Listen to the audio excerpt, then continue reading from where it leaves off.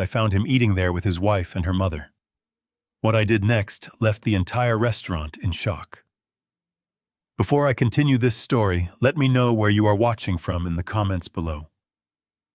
Hit like and subscribe if you have ever had to stand up to family who underestimated your worth. Growing up with nothing makes you appreciate the quiet moments of success, but there is a profound difference between a peaceful silence and an empty one. My name is Victor Caldwell. I am 70 years old, and I spent the last 40 years of my life building a logistics and commercial real estate empire right here in Boston. I constructed a fortress of wealth so that my family would never have to know the bitter taste of poverty that I grew up with. But on the afternoon of my 70th birthday, standing alone in my massive suburban mansion, the silence was suffocating. My beautiful wife Sylvia passed away 4 years ago. Without her warmth, this sprawling house was nothing more than a cold museum of memories. Every polished mahogany table and crystal chandelier felt like a monument to a life that used to have a heartbeat. It was 3 o'clock in the afternoon. I stood by the bay window in my study, watching the autumn leaves fall across the manicured lawn. I picked up my cell phone to call my son Preston. He was 38 years old, my only child, and the current acting chief executive officer of the company I had built with my own 2 hands. I had handed him the reins 2 years ago, believing he was ready to carry the Caldwell legacy. We had a long-standing tradition for my birthday. Every year without fail, we would go to the Capitol Grill downtown to share a bone and ribeye and a bottle of good wine. I dialed his private line. It rang 4 times before he finally picked up. His voice was clipped, breathy, and laced with an artificial urgency that immediately set my teeth on edge. "Dad, I am so sorry, but I am completely buried right now," Preston said, his voice dropping to a harsh whisper, as if he had just stepped out of a high-stakes boardroom. "We have a massive crisis with the new warehouse acquisition. The sellers are trying to back out at the 11th hour, and I am trapped in an emergency corporate merger meeting. The lawyers are breathing down my neck. I cannot make dinner tonight. I am trying to save this company, Dad. I really am." I held the phone to my ear, listening to the faint hum of background noise. A part of me, the father who wanted to believe the best of his son, pushed down the immediate wave of disappointment. I knew the crushing weight of corporate responsibility. I knew what it felt like to have millions of dollars and hundreds of jobs resting on your shoulders. I remembered the early days 40 years ago when Caldwell Logistics was just one rusted delivery truck with a faulty transmission. I remembered coming home smelling of diesel fuel and sweat, finding Sylvia sitting at the kitchen table paying our bills with pennies. I remembered the year the banks almost foreclosed on us, and my sweet Sylvia quietly sold her diamond wedding ring just to keep Preston enrolled in his elite private school. We had sacrificed our youth, our sleep, and our peace of mind so Preston would never have to struggle. If my son was fighting to protect that legacy, how could I be angry with him? I swallowed my pride and the heavy lump of loneliness in my throat. "I understand, Preston," I replied, keeping my voice steady and supportive. "The business must come first. You do what you have to do to secure that deal. We can always celebrate my birthday next week. Just make sure your legal team checks the indemnification clauses before you sign anything." "Thanks, Dad. You are the best." "I promise I will make it up to you," he said quickly, and then the line went dead. I lowered the phone and stared at the dark screen. The house felt even larger now, the ticking of the grandfather clock in the hallway echoing like a metronome counting down my remaining years. I walked into the kitchen, a massive space of marble and stainless steel, and looked at the empty countertops. For a brief moment, I considered making myself a simple sandwich, sitting in front of the television, and letting the milestone of my 70th year pass by in total isolation. But I am Victor Caldwell. I did not survive decades in the cutthroat trenches of the commercial real estate world by wallowing in self-pity. I decided right then and there that I was not going to spend my 70th birthday eating cold cuts in an empty house. If I had to celebrate alone, I was going to do it with dignity. I was going to go to the Capitol Grill, order my favorite steak, raise a glass of the finest scotch to the memory of my dear Sylvia, and reflect on the life I had built. I walked upstairs to my dressing room and pulled out a bespoke charcoal gray Italian suit. I dressed meticulously, adjusting my silk tie and sliding on my vintage gold watch. I looked at my reflection in the full-length mirror. My hair was silver, and the lines on my face told the story of countless boardroom battles, but my posture remained ramrod straight. People often make the dangerous assumption that an old man is a weak man. They see the gray hair and assume the fangs have dulled. I was about to find out just how deeply my own family underestimated me. I grabbed the keys to my car and stepped out into the crisp Boston evening. The drive into the city was smooth, the sky painting itself in deep shades of violet and bruised orange. As I navigated the familiar streets of downtown Boston, my mind wandered to Preston. I felt a surge of fatherly pride imagining him sitting in a tense boardroom, loosening his tie, battling lawyers and executives to protect the family name. I had handed him a kingdom, and I wanted nothing more than to see him rule it wisely. He had always been easily swayed, a bit too eager for approval, especially after he married Monica. Monica was 34 with a sweet, refined exterior that masked a brilliant, manipulative core. I had never fully trusted her. She had a taste for luxury that bordered on gluttony, constantly pushing Preston to upgrade their cars, their vacations, and their social circles. And then there was her mother, Beverly, a 60-year-old woman who clung to the illusion of high society despite having squandered her own late husband's wealth years ago. But they were Preston's family now, and I had always done my best to keep the peace. I pulled up to the valet stand in front of the Capitol Grill. The young attendant opened my door with a respectful nod. The familiar comforting scent of roasted garlic, aged steak, and expensive cologne drifted out from the heavy wooden doors of the restaurant.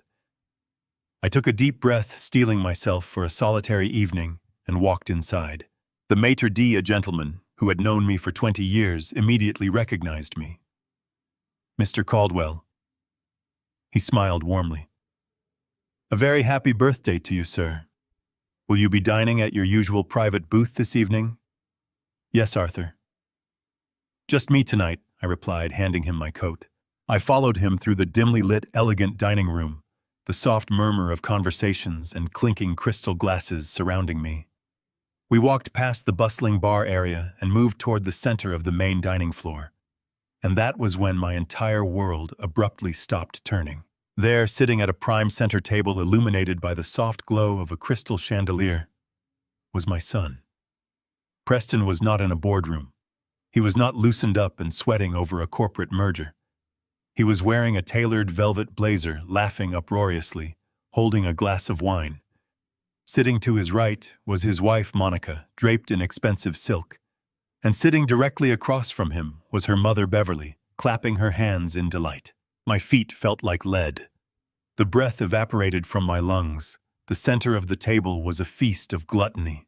A massive seafood tower imported caviar, thick cuts of Wagyu beef, and resting in a silver ice bucket was a bottle of French Bordeaux that I knew from the wine list cost upwards of $4,000. They were having a lavish celebration.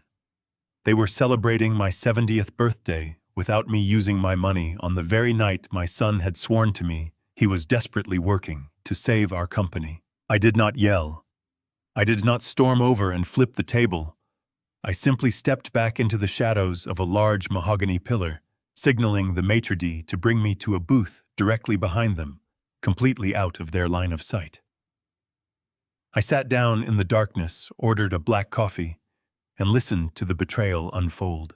Beverly leaned forward, her voice piercing through the ambient noise of the restaurant. "How much longer until the old fossil signs the power of attorney?" she asked, swirling her wine. "I have already hired interior designers for his suburban mansion. It needs a complete overhaul." Preston chuckled, slicing into his steak with casual cruelty. "Relax, Beverly. The old man's mind is slipping anyway. One signature on Friday, and we will toss him into Elmwood Nursing Home by Monday. He will not even realize what hit him." My blood turned to ice. My hands gripped the porcelain coffee cup so tightly my knuckles turned white. They were not just ignoring my birthday. They were planning to steal my entire life's work and lock me away. I waited patiently in the shadows until their waiter arrived with the final bill. It was for $6,500. I watched Preston casually pull out his black corporate American Express card, the one linked directly to my primary business account. I finally stepped out of the shadows. The trio froze in absolute pale-faced horror as I smoothly took the black card from the waiter's tray. I looked directly at the restaurant manager and spoke in a cold, steady voice. "Cancel this transaction. I am the primary account holder, and this card is now reported stolen. They will cover the $6,500 bill from their personal accounts." Preston stammered, his face draining of all color, knowing his personal accounts were maxed out. I looked at Monica, and Beverly smiled coldly and walked out of the restaurant. In life, there is a dangerous misconception that old age equates to weakness. People assume that because a man's hair turns gray, his mind goes dull and his fangs lose their sharpness. But my son forgot one vital truth. You do not survive 50 years in the trenches of the corporate world by being soft or naive. True strength is not about screaming when you are wronged. It is about staying perfectly silent, gathering your evidence and striking only when you hold every single card. Never confuse a father's patience and love with stupidity. A sleeping wolf is still a wolf. Have you ever had a family member mistake your kindness for weakness? How did you handle their betrayal? Drop your story in the comments below because I read every single one. If my story gave you chills, hit that subscribe button and turn on notifications for more brutal life lessons. The ambient hum of the restaurant faded into a dull ringing in my ears. I stood completely frozen on the plush carpet of the main dining room. Arthur, the maitre d', took 2 steps before realizing I was no longer following him. He turned, a polite question forming on his lips, but the words died when he followed the direction of my gaze. Right in the center of the room, positioned beneath the grandest crystal chandelier, was a table that commanded attention. It was the best table in the house, and sitting there, radiating a careless arrogance, was my son. Preston was not wearing a corporate suit. He was not loosened up and sweating over a high-stakes logistics merger. He was wearing a custom-tailored midnight blue velvet blazer. He leaned back in his leather chair, a portrait of absolute leisure, holding a delicate glass of dark red wine. He threw his head back and let out a booming, carefree laugh that cut through the refined atmosphere of the steakhouse. It was a laugh devoid of stress. It was the laugh of a man who did not have a single care in the world, let alone a failing acquisition. My mind struggled to reconcile the image before me with the frantic voice I heard on the phone hours ago. He had told me the lawyers were breathing down his neck. He had told me he was desperately trying to save the company I built. Yet here he was holding court like a minor prince. The sheer audacity of the lie struck me with the force of a physical blow. I felt a sharp, hollow ache in my chest. It was the profound grief of a father realizing his only child has looked him dead in the eye and lied. Sitting to his right was his wife, Monica. She looked radiant, draped in an emerald green silk dress that caught the low light of the room. Her dark hair was styled, cascading over her shoulders as she leaned in to whisper something to Preston. She gently touched his arm, her manicured fingers resting against the velvet of his jacket. She wore a clear expression of deep, self-satisfied triumph. I always knew Monica enjoyed the finer things in life, but seeing her here basking in the glow of a stolen evening solidified every silent doubt I harbored about her character. Sitting directly across from them, clapping her hands together in sheer delight, was Monica's mother, Beverly. Beverly was a woman who practically breathed entitlement. She wore a heavy pearl necklace and a sharply cut designer blazer, projecting an image of generational wealth that I knew for a fact she did not possess. Her late husband had left her with a mountain of hidden debts and a fractured estate, yet she paraded around Boston high society as if she owned the city. Tonight her face was flushed with wine and victory. She lifted her glass to Preston, offering a loud toast. My eyes drifted from their smiling faces to the table itself. The display of gluttony was staggering. In the center of the crisp white linen tablecloth sat a towering multi-tiered silver platter of iced seafood. Plump lobster tails, colossal shrimp, and freshly shucked oysters rested on a bed of crushed ice. Beside it was a delicate glass bowl filled with imported beluga caviar, resting elegantly next to mother-of-pearl spoons.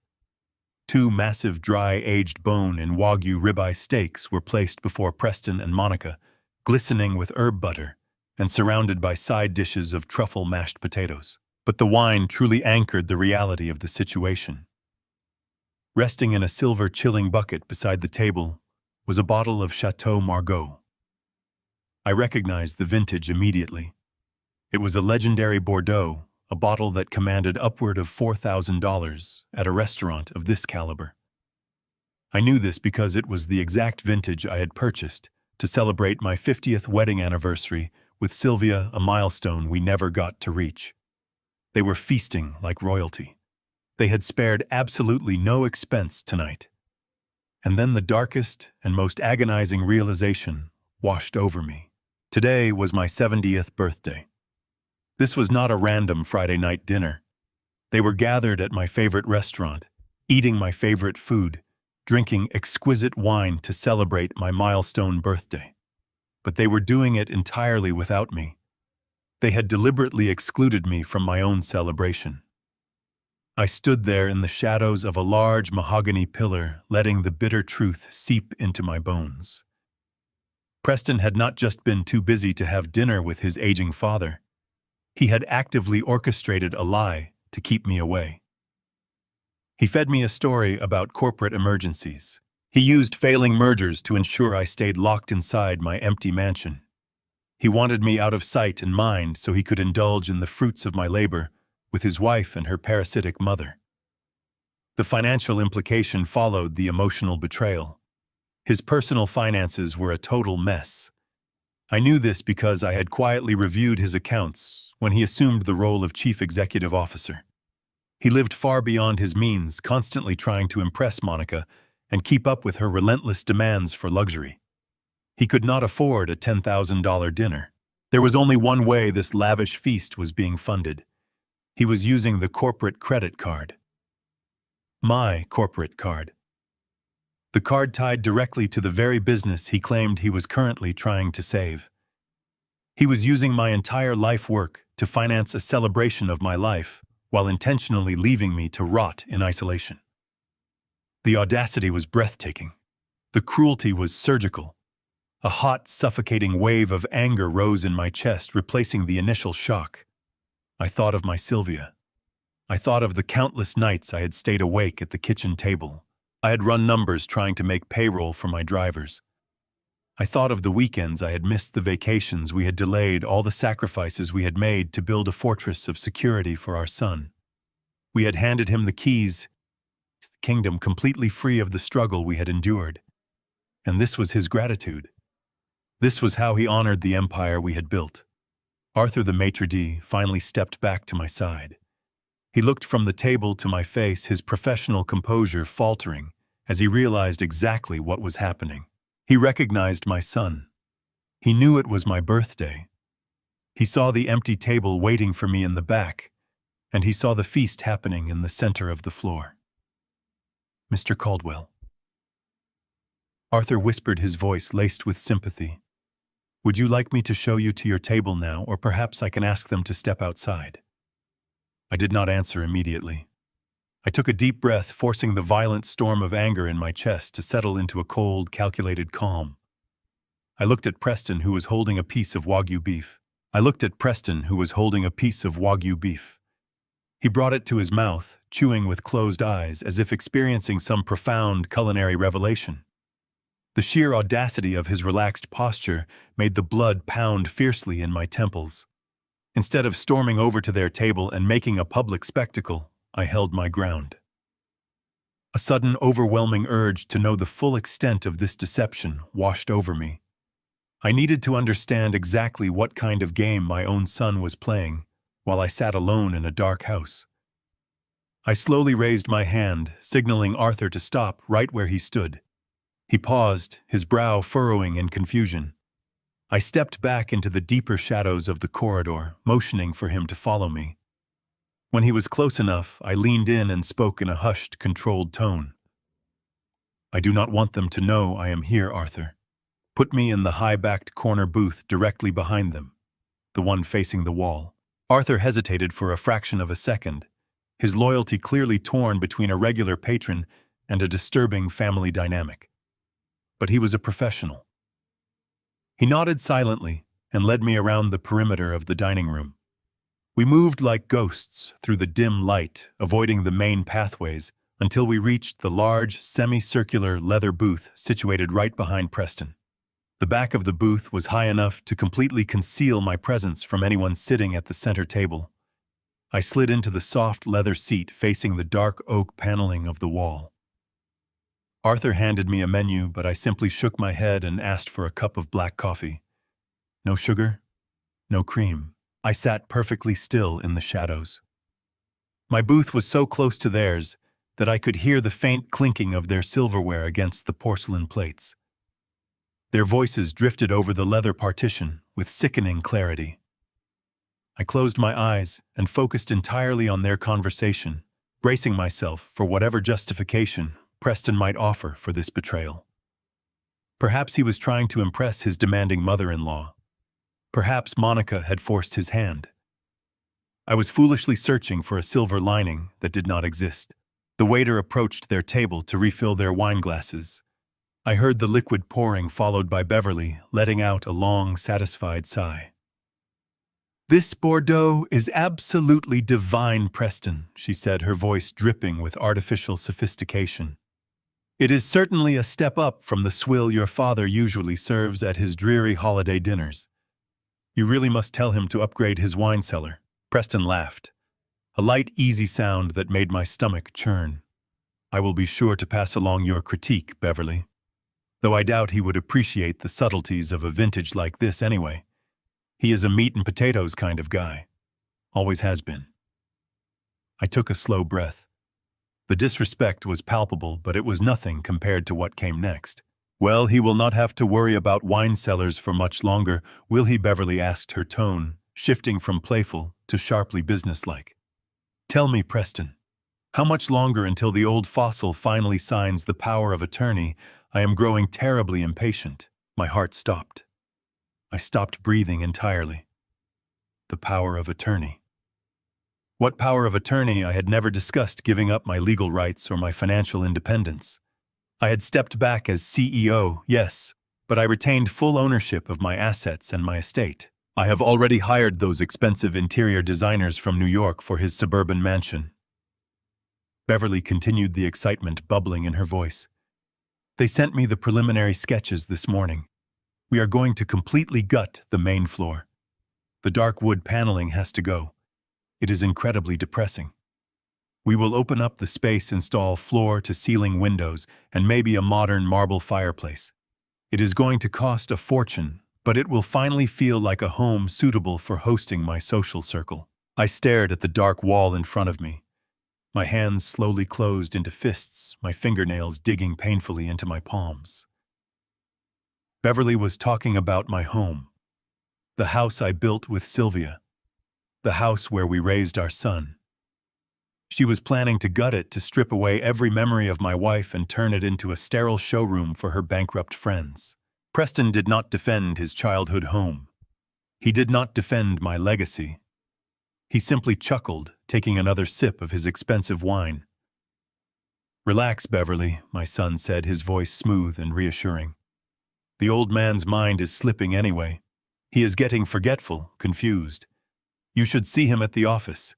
He barely understands the new logistics software. I have the documents ready to go. One signature on Friday, and we will toss him into Elmwood Nursing Home by Monday. He will not even realize what hit him until he is eating pureed peas in a wheelchair." Elmwood Nursing Home.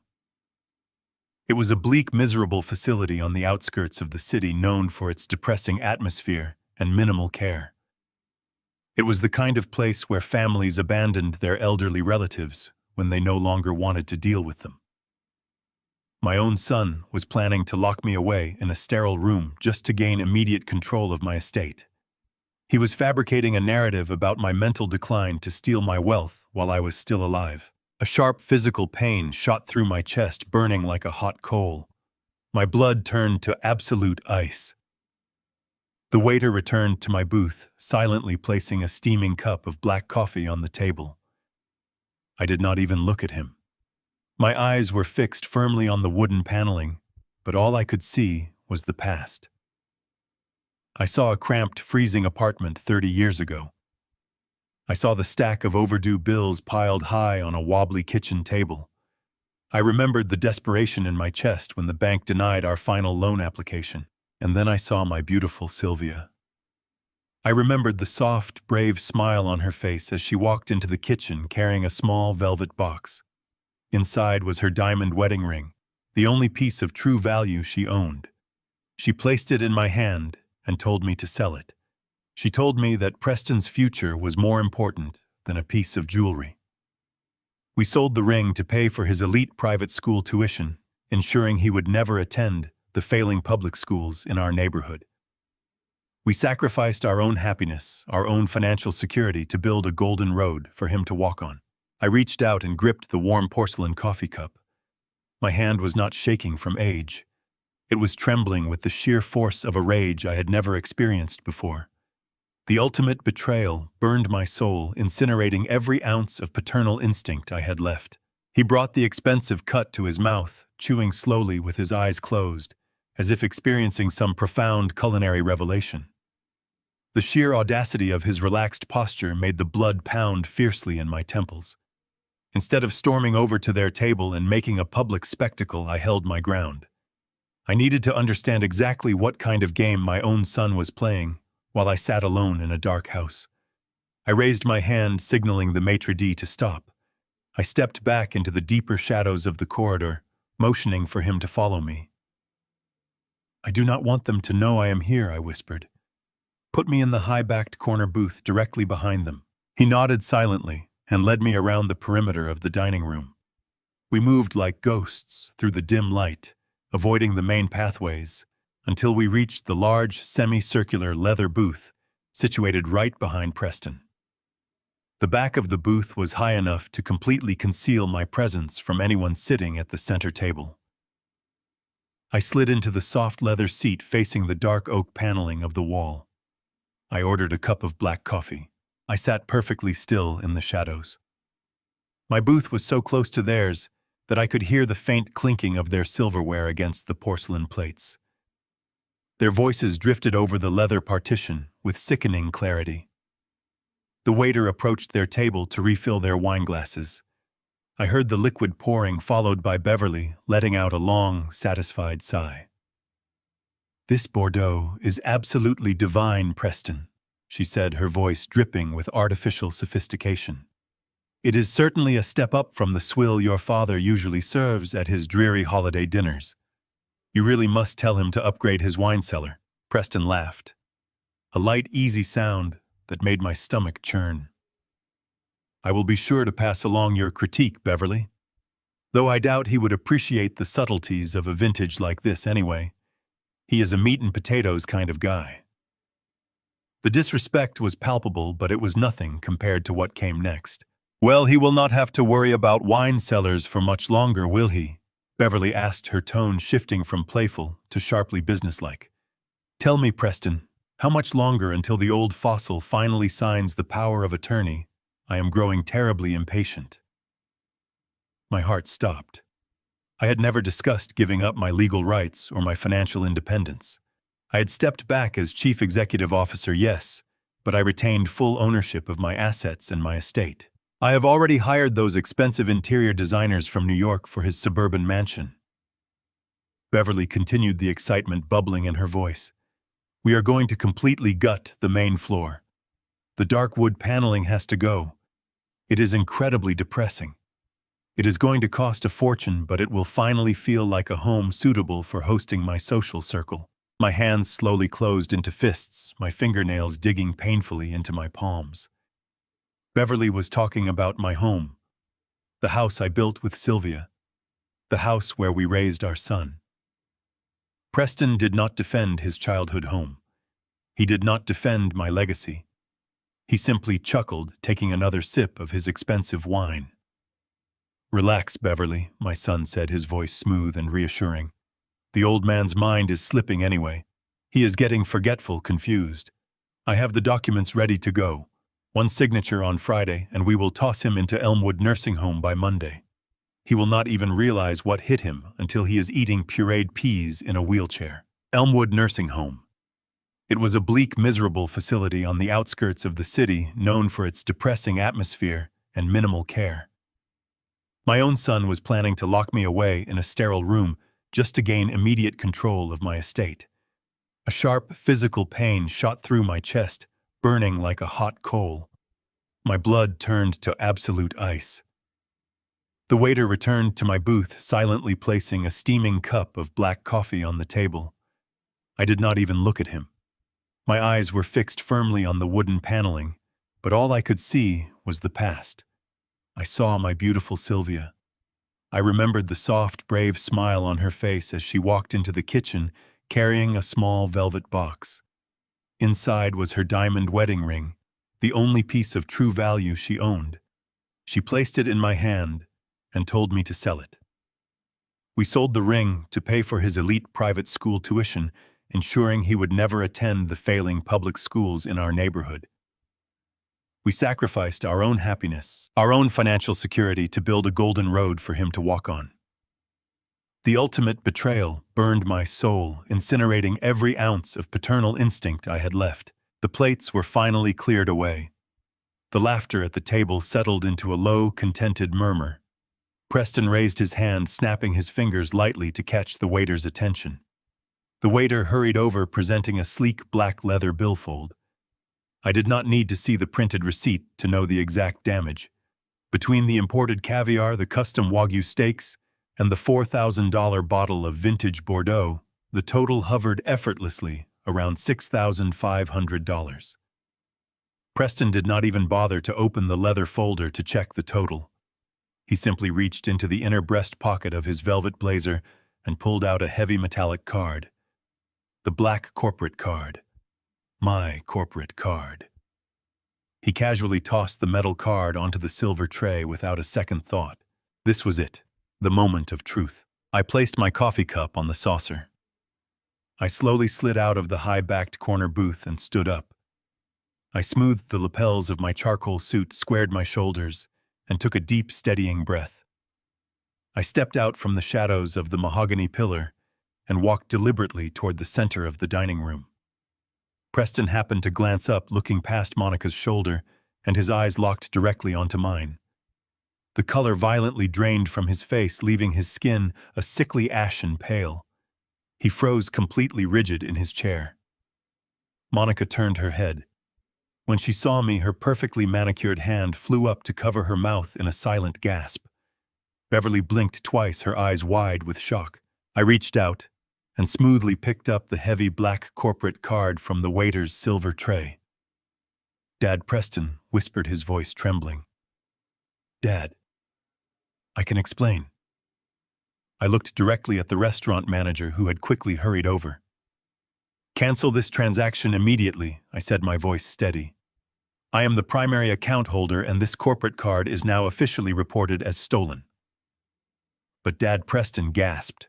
"You will pay the $6,500 bill from your personal accounts."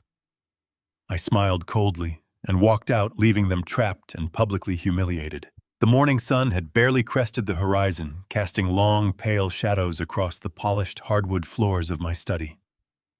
I had not slept a single minute.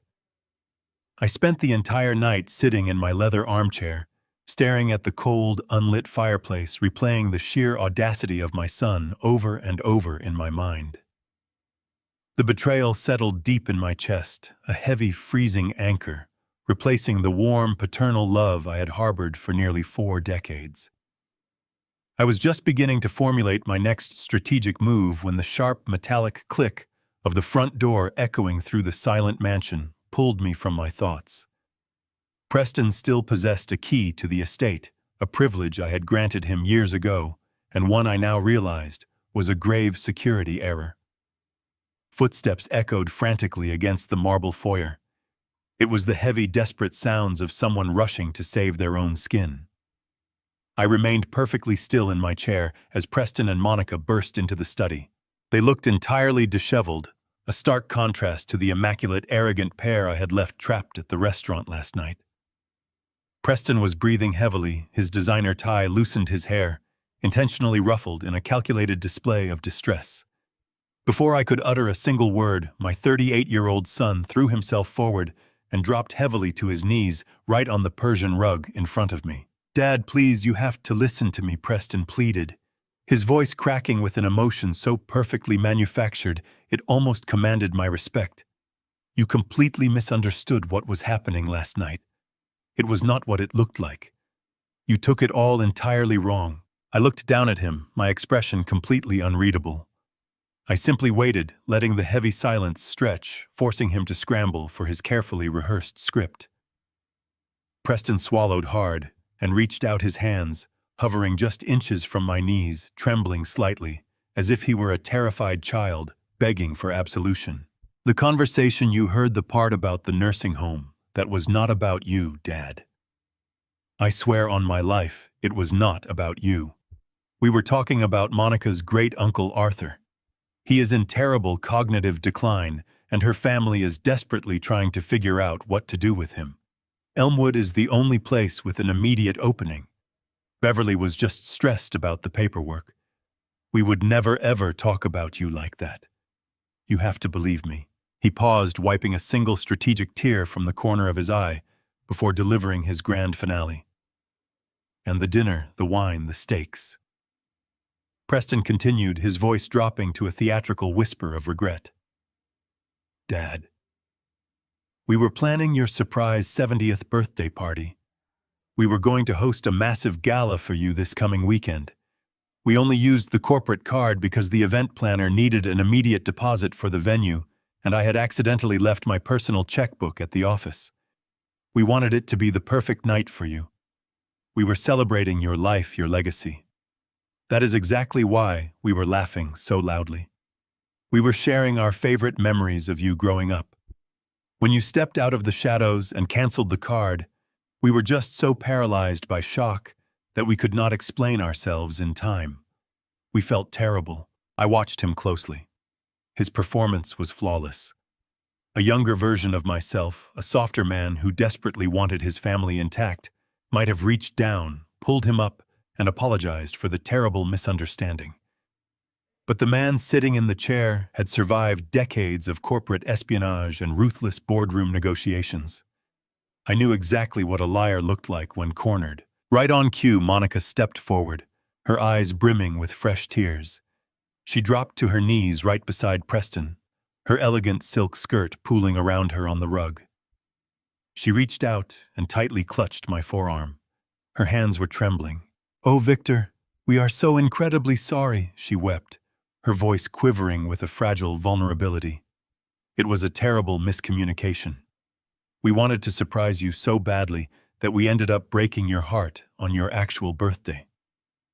I have not stopped crying since you walked out of the restaurant. Please, you have to forgive us. We love you so much. You are the patriarch of this family. We could never survive without you." I looked at her manicured fingers gripping my sleeve. I felt the absolute emptiness behind her words. She was an apex predator disguised as a wounded bird. They thought they had constructed the perfect alibi. They believed I was just a lonely, emotional old man who would eagerly grasp at any excuse to avoid facing the dark reality of his fractured family. They thought I was foolish enough to believe that a $4,000 bottle of wine was standard protocol for planning a party, or that Beverly, a woman who treated her own relatives like disposable assets, cared deeply about a fictional great-uncle. I let out a long, heavy sigh, allowing my shoulders to slump forward in defeat. I let the sharp, calculating glare in my eyes fade into a soft, misty look of paternal confusion and immense relief. I reached down and placed my hands gently over theirs. "Is that true?" I asked, letting my voice waver just slightly, perfectly mimicking the relief of an old man desperate for comfort. "Preston, is that really what was happening? I thought I heard you plotting against me. I thought I had lost my only son." Preston immediately nodded, his face breaking into a bright, relieved smile. Yes, Dad. I swear it. We love you. We would never betray you. I squeezed his shoulder and offered them a warm, forgiving smile. I am so sorry I ruined your dinner, I murmured, playing the role of the apologetic senior citizen to absolute perfection. I suppose my mind does get the better of me sometimes. Living alone in this big house, a man starts to hear things and imagine the worst. Please get up, both of you. Come sit down. We can put this ugly business firmly behind us. As they stood up, brushing off their knees and wiping their eyes, I saw them exchange a very quick, triumphant glance. They thought they had won. They thought the crisis was averted, and the path to my fortune was clear once again. Their performance had been thoroughly convincing, a masterclass in emotional manipulation designed to disarm a grieving widower. They honestly believed their crocodile tears had erased the damage of the previous night. They settled onto the leather sofa across from me, their breathing steadying as the adrenaline of their performance began to wear off. Monica began to chat animatedly about the fictional surprise party detailing the phantom guest list and the non-existent catering menu. She smiled radiantly, projecting the image of a devoted, caring daughter-in-law. I nodded along, offering agreeable murmurs and appreciative nods, playing my part with the same dedication they brought to theirs. But as Monica leaned forward to emphasize a point about the floral arrangements, the morning light streaming through the study window caught a subtle, unmistakable flash of vibrant green near the collar of her blouse. My heart stopped beating for a fraction of a second, but my face remained perfectly pleasant. The game had just irrevocably changed. I forced myself to keep smiling, absorbing her empty words, while a cold fury ignited in my veins. The carefully constructed lie they had just delivered was nothing compared to the physical evidence now sitting right in front of me. I had to maintain my facade. It was a teardrop-cut emerald framed by an intricate lattice of vintage platinum and small, brilliant cut diamonds. Sylvia had inherited it from her grandmother. I knew every facet of that stone, every delicate curve of the metalwork, because I had spent countless evenings watching it sparkle against my wife's evening gowns at charity galas and corporate dinners. Sylvia cherished that brooch. She wore it like a badge of honor, a piece of her family history that survived the hardships of our early years. When she passed away, I could not bear to look at it. The memories were too sharp, too painful. I personally wrapped it in black velvet and locked it away in my private safe deposit box at the downtown branch of First National Bank. It was supposed to rest there untouched, a silent monument to the woman I loved. Yet here it was, pinned casually to the lapel of Monica's designer blouse, being used as a mere accessory to complete her morning outfit. My mind raced, processing the sheer impossibility of the situation. My safe deposit box required 2 keys to open. The bank manager held one, and I held the other securely hidden in a biometric safe inside my master bedroom suite. More importantly, accessing the vault required my physical presence, my valid identification, and my verified signature. The protocols were ironclad. They were designed to protect high-net-worth clients from exactly this kind of theft. The bank manager knew my face, my voice, and my strict instructions regarding who was permitted inside the secure area. There was absolutely no margin for error or misinterpretation of the rules. For Monica to be wearing that emerald Preston tee had to have bypassed the bank's most stringent security measures. He had to have gained unauthorized access to my most heavily guarded assets. The horrifying reality crashed over me like a tidal wave. If they had breached the bank vault, they had not just taken a piece of jewelry. The vault held my bearer bonds, emergency cash reserves, the original deeds to several commercial properties, and the master copy of my final will and testament. If they had the key and the clearance to empty that box, they had the power to dismantle my entire financial existence. The conversation from the restaurant echoed in my mind. The power of attorney. They had forged or manipulated their way into absolute control over my life. I forced my gaze to drift lazily away from the emerald, ensuring my eyes remained dull and completely unobservant. I could not let them see the predator awakening inside me. I nodded along to Monica's rambling explanation about the catering menu for my fictional surprise party, offering a soft, agreeable chuckle at all the right moments. "That sounds absolutely wonderful, my dear," I said, my voice rich with false paternal warmth. "I am so touched that you would go to such lengths for an old man like me."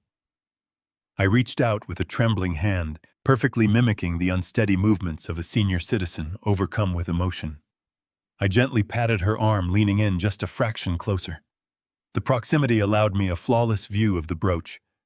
There was a tiny, almost microscopic scratch on the lower left diamond, setting a mark made 30 years ago when Sylvia accidentally bumped it against a marble counter.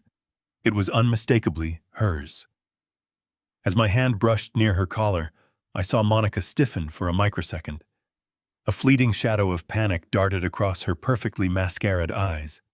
She knew exactly what she was wearing, and for a terrifying instant she feared I would recognize it. But I simply smiled a wide, foolish smile and pulled her into a deep embrace. "You are a wonderful daughter-in-law, Monica," I whispered softly near her ear. "I am so blessed to have you in our family." She relaxed immediately, letting out a long breath of relief. She returned the hug, patting my back condescendingly. The scent of her expensive French perfume filled my nose, cloying and sickeningly sweet. It took every ounce of my willpower not to push her away. Instead, I held the embrace just long enough to cement her false sense of absolute victory. I pulled back and turned to Preston. My son stood there, radiating a smug, triumphant energy. He truly believed he had completely outsmarted me. He believed he had successfully gaslit a man who had built a corporate empire from nothing. I opened my arms to him. Preston stepped forward and wrapped his arms around me. I squeezed his shoulders, feeling the tension drain completely from his body. "I love you, son," I said, allowing a strategic tear to form in my eye. "I am so proud of the man you have become. I am sorry I doubted you even for a second." "I love you too, Dad," Preston replied, his voice brimming with arrogant confidence. "We just want to take care of you. You do not have to worry about a single thing anymore. We have everything completely under control." I nodded, wiping my eye with a handkerchief. I walked them to the grand foyer, leaning slightly on the mahogany banister for added effect. I stood in the open doorway, waving like a grateful, weary old man, as they walked down the stone steps toward their luxury sedan. I watched Preston open the passenger door for Monica. I watched her slide into the leather seat, the morning sun catching the emerald brooch one final time. I watched them drive down the long, winding driveway, their taillights disappearing beyond the wrought iron gates of my estate. The moment they were completely out of sight, my posture changed. The stoop in my shoulders vanished. The trembling in my hands ceased entirely. The foolish, misty look in my eyes hardened into cold, razor-sharp obsidian. I closed the heavy oak door and locked the deadbolt. The silence of the mansion enveloped me once again, but this time it was not the silence of a lonely widower. It was the silence of a war room. They thought they had secured a bloodless coup. They thought I was a fragile relic waiting quietly for the nursing home. But by wearing Sylvia's brooch, Monica had not just insulted my wife's memory. She had revealed the full, terrifying scope of their infiltration. If they had access to my vault, they had access to my entire life. The time for sorrow had passed. The time for grief was over. I walked briskly toward my private study, my mind operating with a lethal surgical precision I had not utilized in over a decade. I picked up the phone from my desk. I did not call my son. I did not call the police. I dialed the direct, unlisted number of Jonathan Pierce. My corporate attorney was a man who understood the mechanics of destruction better than anyone I knew. As the line rang, I looked out the window at the city I had conquered. My son wanted to play a game of deception and theft. He desperately wanted to strip me of my legacy and lock me away in a sterile medical facility. He had underestimated the foundation of the empire he was trying to steal. The war had officially begun, and I was going to burn their entire world to the ground. I hung up the phone with Jonathan Pierce, the dial tone ringing in my ears like a starting bell. There was no time to waste. I bypassed my usual driver, grabbing the keys to my black sedan from the mahogany table in the foyer. The drive from my secluded estate to the downtown financial district was a blur of gray concrete and flashing traffic lights. My hands gripped the leather steering wheel with a terrifying calmness. The initial shock of seeing Sylvia's emerald brooch had entirely evaporated, leaving behind a cold, clinical determination. I navigated the busy morning traffic with the sharp precision of a man who suddenly understands the exact dimensions of the battlefield. I pulled up to the imposing marble facade of First National Bank, handing my keys to the valet without a single word. The heavy brass doors swung open, welcoming me into the hushed, cavernous lobby. I had been a premium client at this branch for nearly 40 years. I knew the tellers. I knew the security guards. I knew the intricate layout of the private wealth management sector. I bypassed the main reception desk and walked directly toward the frosted glass doors of the executive offices. My target was Mr. Harrison, the senior branch manager, a man who had personally overseen my accounts for the better part of a decade. I pushed open the heavy glass door to his private suite without bothering to knock. Harrison was sitting at his sprawling desk, reviewing a stack of physical documents.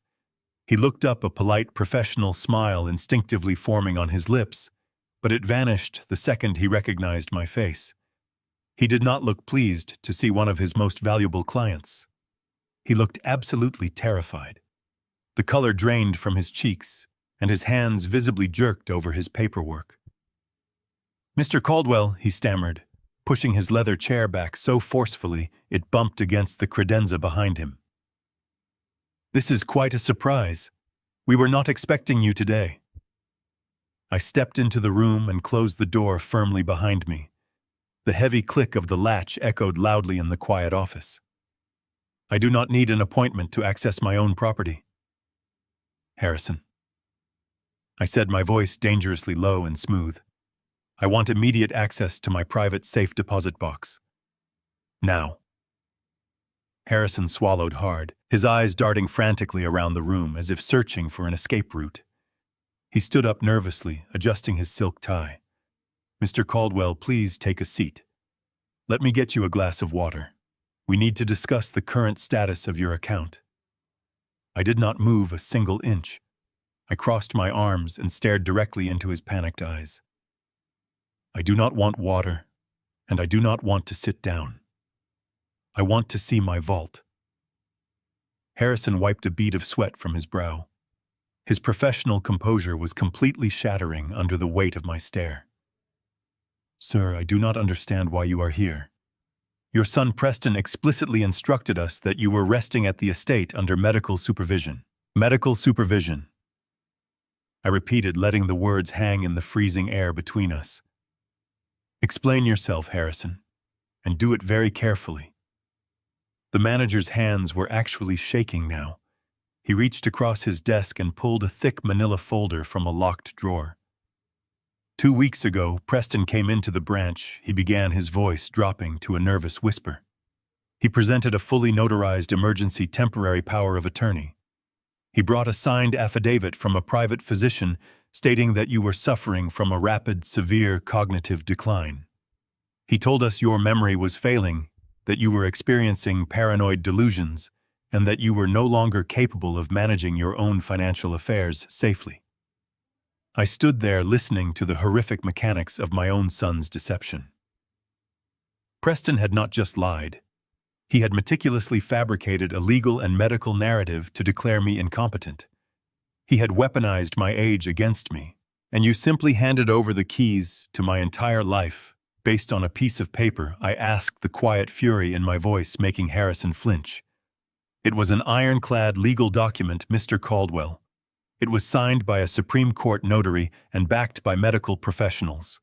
Preston is your only son and your named beneficiary. He said he needed to secure your physical assets to pay for your specialized in-home care. Our legal department reviewed the documents and approved the bypass. We had no reason to suspect foul play. He invoked the emergency clause. He told us he needed to empty the safe deposit box immediately to prevent you from accidentally liquidating your own assets during a confused state. My blood ran completely cold. I did not shout. I did not throw a tantrum. I simply turned around and walked out of his office, heading straight for the secure elevator that led down to the subterranean vault. I heard Harrison scrambling behind me, his dress shoes slipping on the polished marble floor as he rushed to catch up. He babbled nervous apologies and legal justifications, but I tuned him out entirely. We descended into the quiet, climate-controlled depths of the bank. The heavy steel gates of the vault loomed ahead. The security guard on duty looked confused, but quickly stepped aside as Harrison swiped his master keycard and entered his biometric code. The massive gears turned, and the thick metal door swung open with a heavy groan. We walked down the silent corridor of polished steel boxes until we reached mine. Number 712. I pulled my brass key from my coat pocket and inserted it into the right side lock. Harrison, his hand still trembling, inserted his master key into the left side. We turned them simultaneously. The internal mechanism clicked. I reached out and pulled the long, heavy metal drawer from the wall. I carried it over to the private viewing table under the harsh fluorescent lights. I lifted the hinged lid. The box was completely empty. A vast void stared back at me. My cash reserves gone. The stacks of unregistered bearer bonds I had accumulated over 30 years of business gone. The original unencumbered deeds to my commercial properties in the financial district vanished. And most devastating of all, Sylvia's jewelry collection was entirely gone. The heavy gold necklaces, the diamond bracelets, the antique pearl earrings she wore on our anniversaries. My son methodically stripped away every physical representation of my life work and my wife's memory. He had swept through this vault like a vulture picking a carcass clean. He stole the tangible history of my marriage. I reached into the empty metal drawer and ran my fingertips along the cold, bare bottom. There was a single faint indentation in the felt lining where Sylvia's emerald brooch used to sit.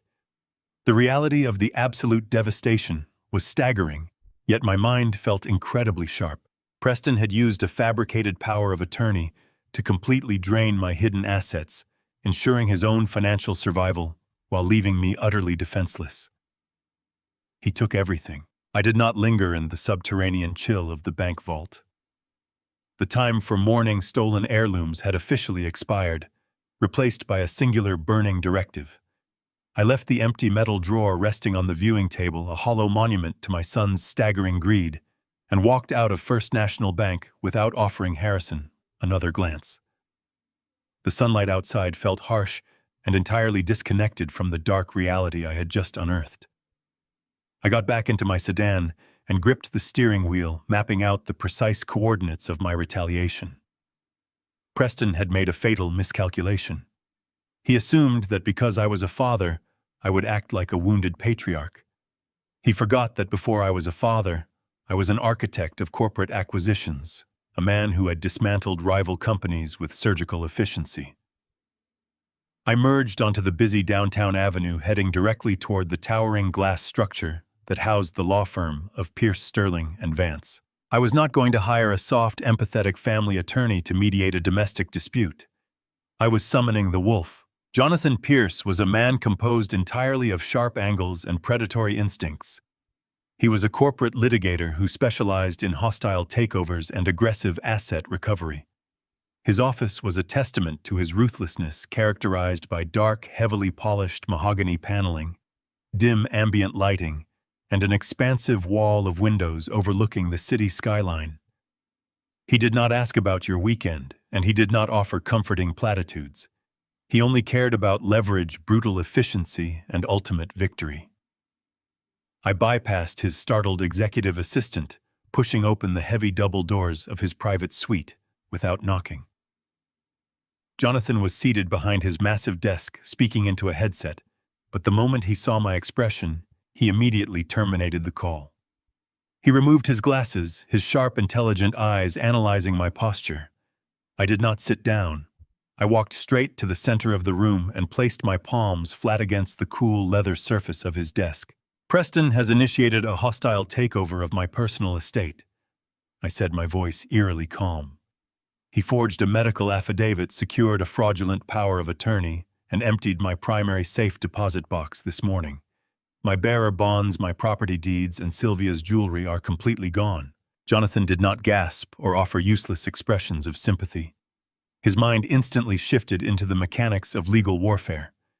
He steepled his fingers together, leaning forward.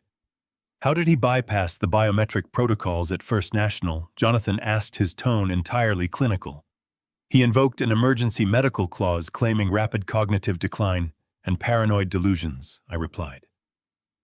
He convinced the branch manager that I was in immediate danger to my own financial well-being. He is currently walking around the city, funding his lavish lifestyle with my corporate cards and planning to commit me to Elmwood Nursing Home by Monday morning. Jonathan absorbed the information, a dangerous, calculating smirk slowly spreading across his face. It was the look of a predator who had just caught the scent of blood in the water. Your son is exceptionally bold, Victor, Jonathan noted softly, but he has made a catastrophic procedural error. By utilizing the corporate infrastructure to fund his personal charade, he has opened the door for a full corporate inquiry. What are your specific instructions? I walked over to the floor-to-ceiling windows, looking down at the crawling traffic far below. I want him trapped, I said, turning back to face my attorney. I do not want him warned. I do not want him alerted in any way. If he senses that I know the truth, he will attempt to liquidate the stolen bearer bonds and transfer the cash into untraceable offshore accounts. He will panic and burn the remaining assets to the ground to save himself. I need a covert top-to-bottom forensic audit of the entire company, and I need it completely invisible to his network. Jonathan stood up, pacing slowly across the thick Persian rug. Preston is currently the acting chief executive officer, he mused. He controls the daily operational flow. We cannot use our standard internal auditing firm. They report directly to his office. We need to bypass the entire internal structure. I will bring in a ghost team from an independent forensic accounting agency out of New York. They will work remotely, mirroring the company servers overnight. We will track every single transaction, every redirected corporate fund, and every shadow account he has opened since he assumed leadership. We will map his entire web of deceit before he even wakes up tomorrow. But tracking the theft is only the first phase of the operation. I continued, my voice hardening into steel.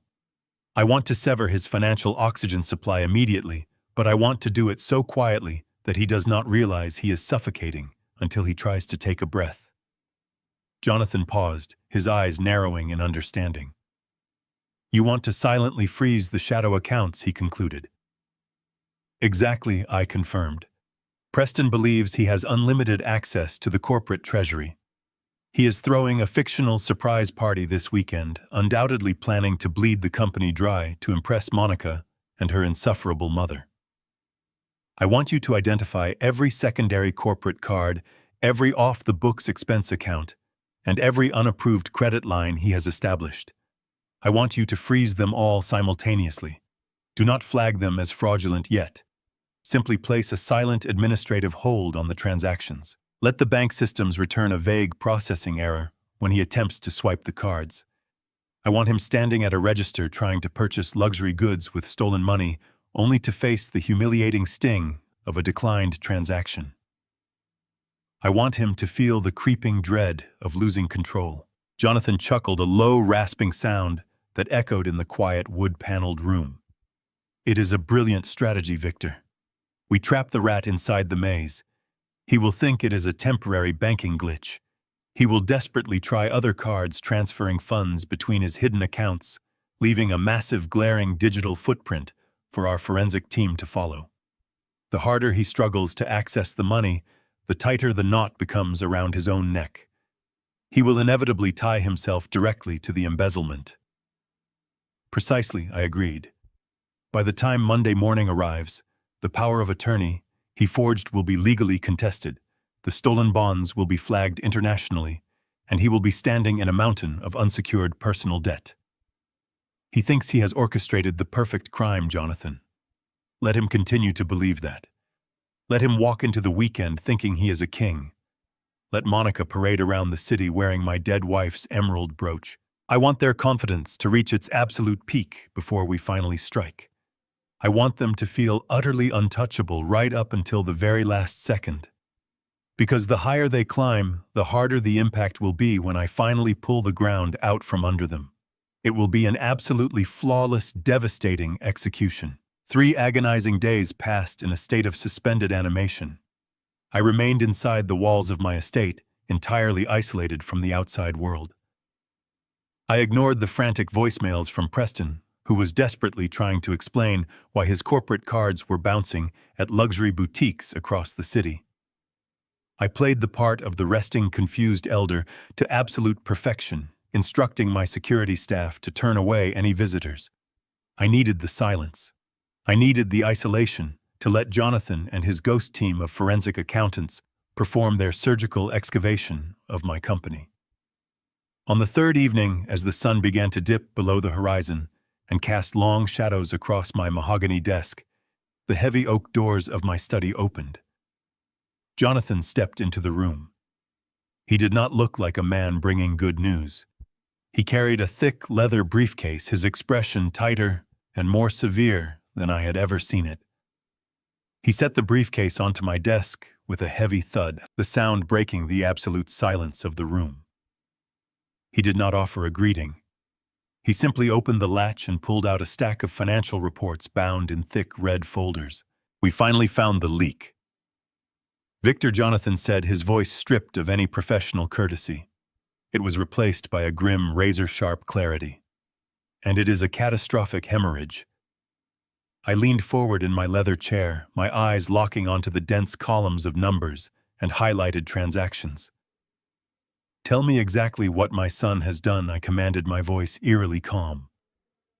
Jonathan spread the documents across the polished wood, pointing to a series of interconnected flowcharts. Preston has not been running your logistics empire for the past 8 months. He has been actively bleeding it dry. The moment you handed him the keys to the chief executive office, he initiated a sophisticated embezzlement ring. He established a network of 7 phantom vendor companies. These entities hold legitimate-sounding names like Apex Global Supply and Horizon Freight Solutions, complete with fabricated tax identification numbers and forged service contracts. I stared at the papers, my mind processing the sheer volume of the theft. He used these shell corporations to bill your firm for non-existent logistical services. Jonathan continued, his finger tracing a thick red line across the page. He authorized the payments himself, overriding the standard accounting protocols by citing executive privilege. Over the course of exactly 8 months, Preston has steadily siphoned exactly $4.5 million out of your corporate treasury. The number hung in the air, heavy and suffocating. $4.5 million. It was a staggering sum money that represented decades of sweat-missed holidays and relentless negotiations. I picked up one of the ledger sheets, tracing the routing numbers with a steady finger. Where did the capital go, Jonathan? I asked, refusing to let my voice tremble. I know Preston lives far beyond his means, but he cannot possibly spend $4.5 million on custom velvet blazers and Wagyu beef. He is hiding it. Where is the end of the chain? Jonathan pulled a secondary file from his briefcase and placed it squarely in front of me. The money did not stay in the United States, Victor. The phantom vendors immediately wired the capital through a series of blinding accounts in the Cayman Islands to obscure the origin. But my team cracked the final destination. Every single dollar was funneled directly into VIP offshore accounts located in Macau. Macau, the glittering global capital of high-stakes gambling. I sat back in my chair, the leather creaking softly under my weight.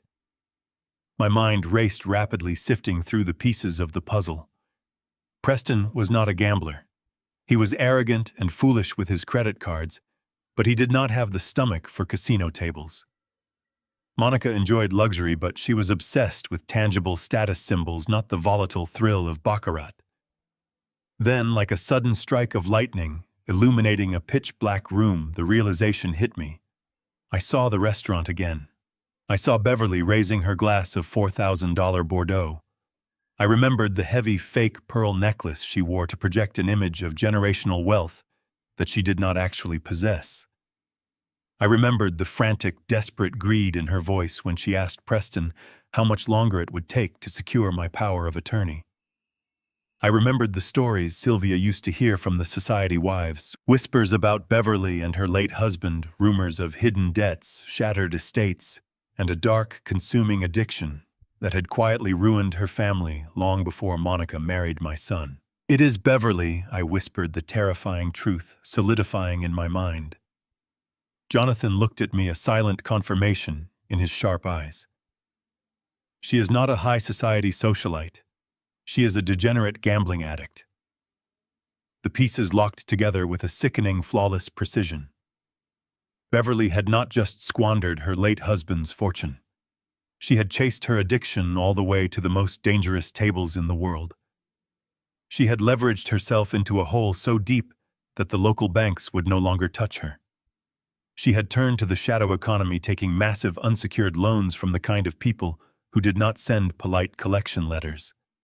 She owed millions to the triads in Macau.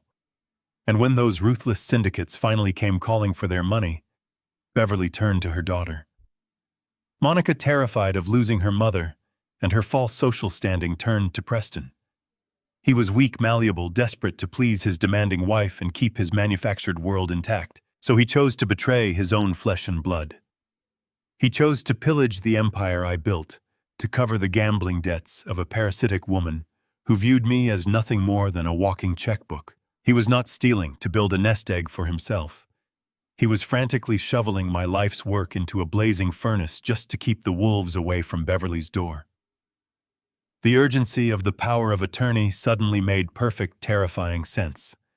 $4.5 million was clearly not enough to satisfy the syndicates. The debt was still growing. They needed immediate access to my entire estate. They needed my commercial properties, my bearer bonds, and my personal vault to save themselves from the violent consequences of Beverly's addiction. They were perfectly willing to lock me away in a miserable nursing home to ensure their own survival. I looked up at Jonathan, the last remnants of my paternal grief burning away, leaving only a cold, indestructible resolve.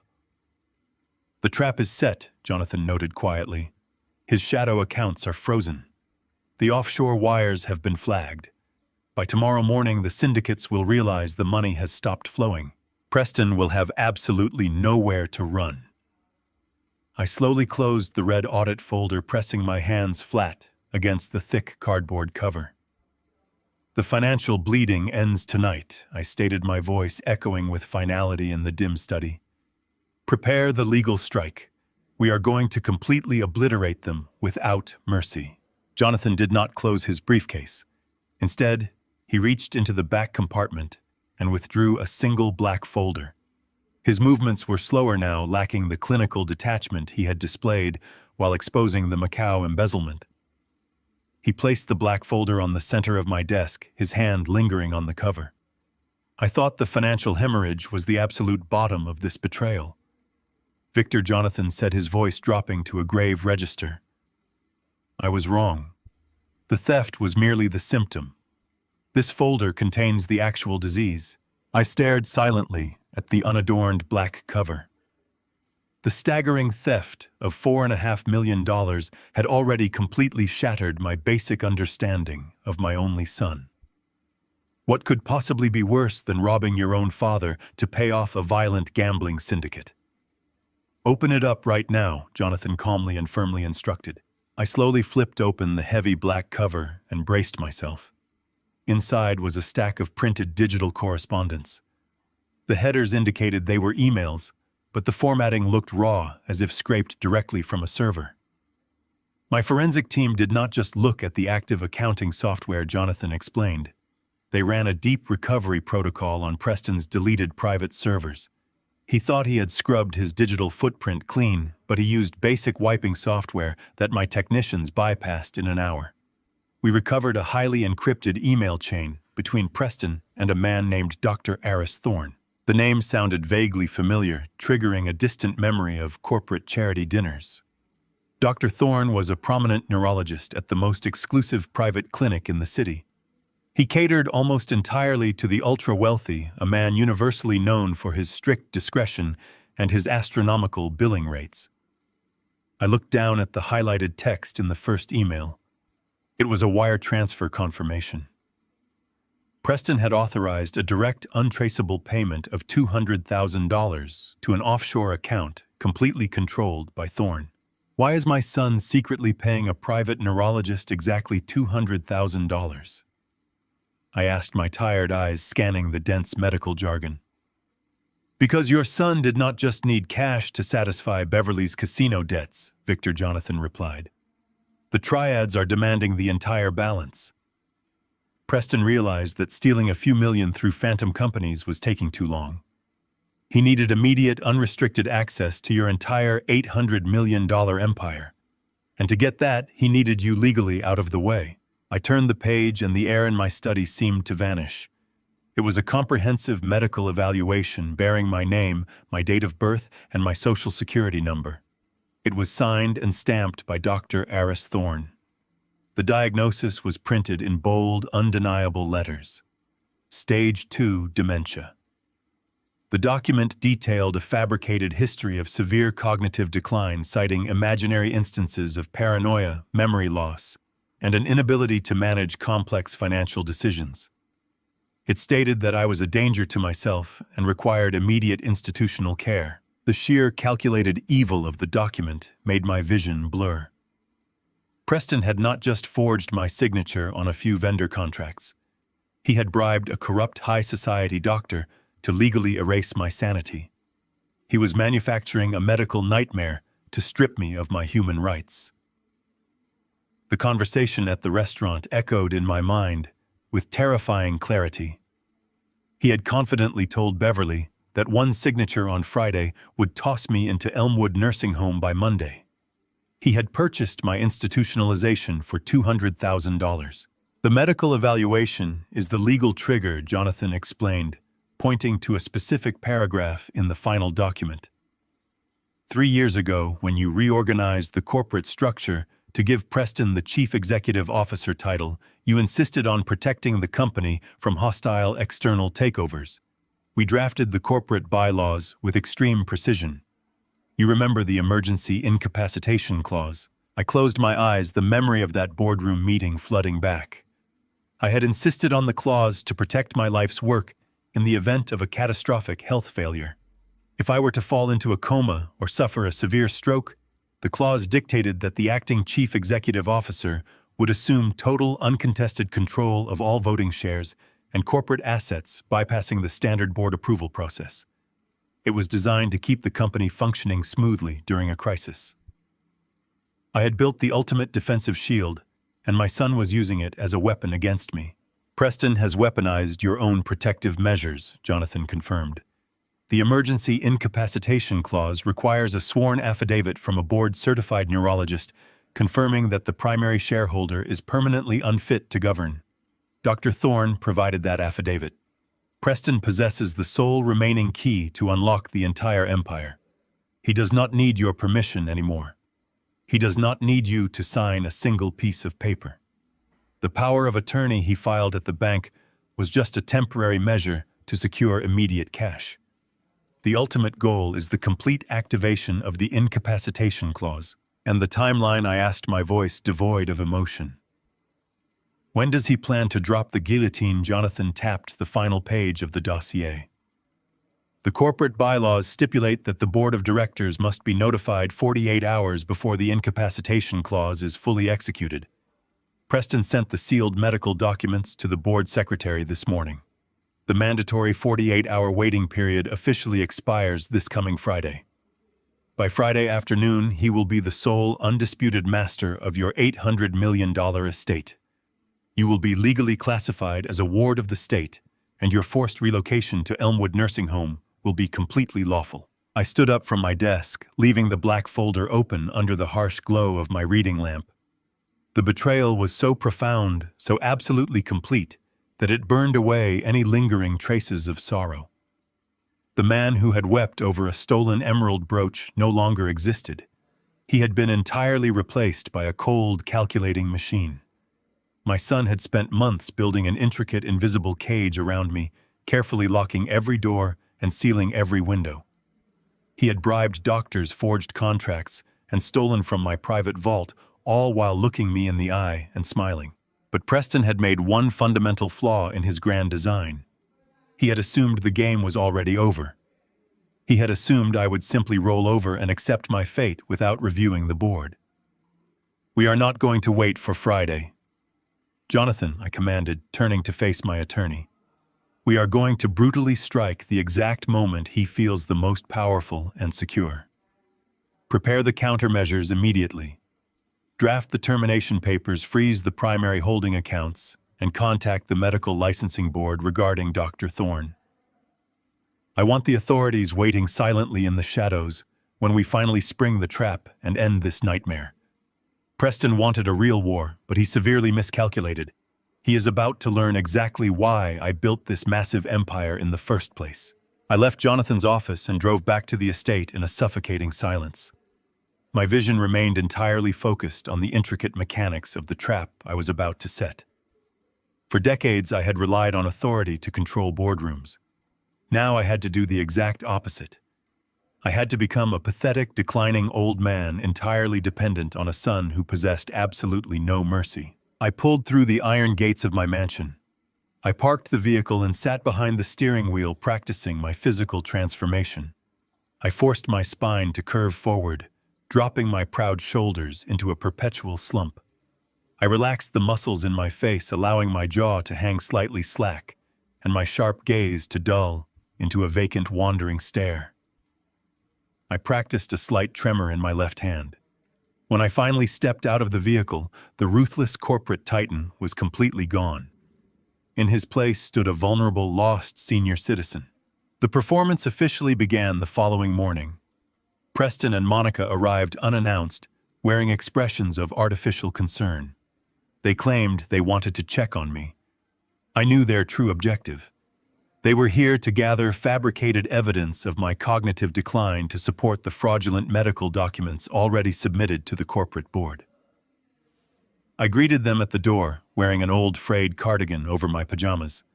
My hair was intentionally uncombed, and I shuffled my feet across the marble foyer.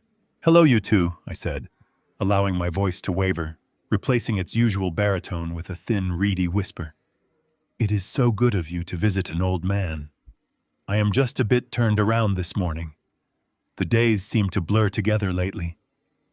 Preston immediately exchanged a swift, triumphant glance with his wife. The sheer predatory glee flashing in his eyes was almost unbearable to witness. He stepped forward and placed a heavy, patronizing hand on my stooped shoulder. "That is perfectly all right, Dad," Preston replied, his tone dripping with a sickeningly sweet condescension. "You have been under a lot of pressure. We are just here to make sure you are comfortable and safe.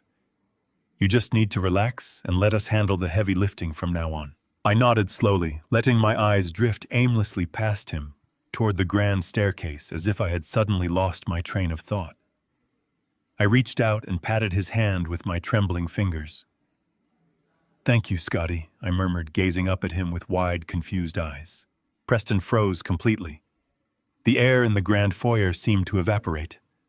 Monica inhaled sharply, her designer handbag slipping slightly from her grasp.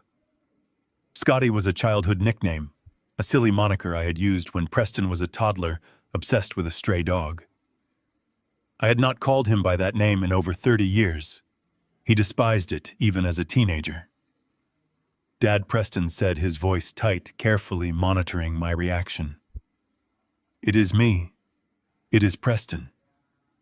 Why did you just call me Scotty?" I blinked rapidly, feigning a deep, sudden confusion. I looked at my hands, then back at his face, my expression crumpling into a portrait of absolute vulnerability. "Preston." "Of course it is, Preston," I stammered, my voice trembling violently. I do not know why I said that. I was just thinking about that summer at the lake house. The summer you caught that enormous trout. You remember, do you not? You were only 7 years old. Your mother was so incredibly proud of you. The lake house had been sold 25 years ago. My son stared at me, his eyes wide with a mixture of shock and suppressed exhilaration. He genuinely believed he was watching the real-time deterioration of my cerebral cortex. He believed the fake medical diagnosis he had purchased for $200,000 was actually manifesting itself right in front of his eyes. Of course I remember, Dad, Preston said smoothly, his posture relaxing entirely. Do not worry about it. It is perfectly normal to get nostalgic. Why do we not go into the kitchen? Monica and I can make you a nice warm cup of tea. I allowed them to lead me down the hallway, shuffling my slippered feet against the hardwood floor. Monica flanked my right side, holding my elbow with an exaggerated gentleness that made my skin crawl. When we entered the massive gleaming kitchen, I pulled away from her grasp and shuffled toward the commercial gas range. Let me do it, I insisted, my voice stubbornly fragile. I can still make tea for my own son and his lovely wife. I am not completely useless yet. I picked up the heavy stainless steel kettle. I did not fill it with water. I simply placed the entirely empty kettle onto the front right burner. I reached for the heavy metal knob controlling the gas flow. I turned it slowly, listening to the sharp, distinct hiss of the natural gas flooding into the room. I intentionally bypassed the ignition spark, leaving the raw gas pouring out from the burner. I then turned my back on the stove entirely and walked over to the kitchen island, leaving the empty kettle sitting directly over the open, unlit gas line. So, Scotty, I began smiling vacantly at the marble countertop. What time is your mother coming back from the grocery store? She promised to buy those little lemon cookies I like so much. The heavy scent of raw gas began to fill the kitchen. Monica let out a genuine, piercing shriek of panic. She dropped her pastry basket onto the floor and lunged across the kitchen, violently twisting the burner knob to the off position. She grabbed the empty kettle, her chest heaving as she spun around to face me. Victor, what are you doing? Monica yelled, her carefully constructed facade momentarily cracking under the genuine fear of an explosion. You left the gas running without lighting the flame, and the kettle is completely empty.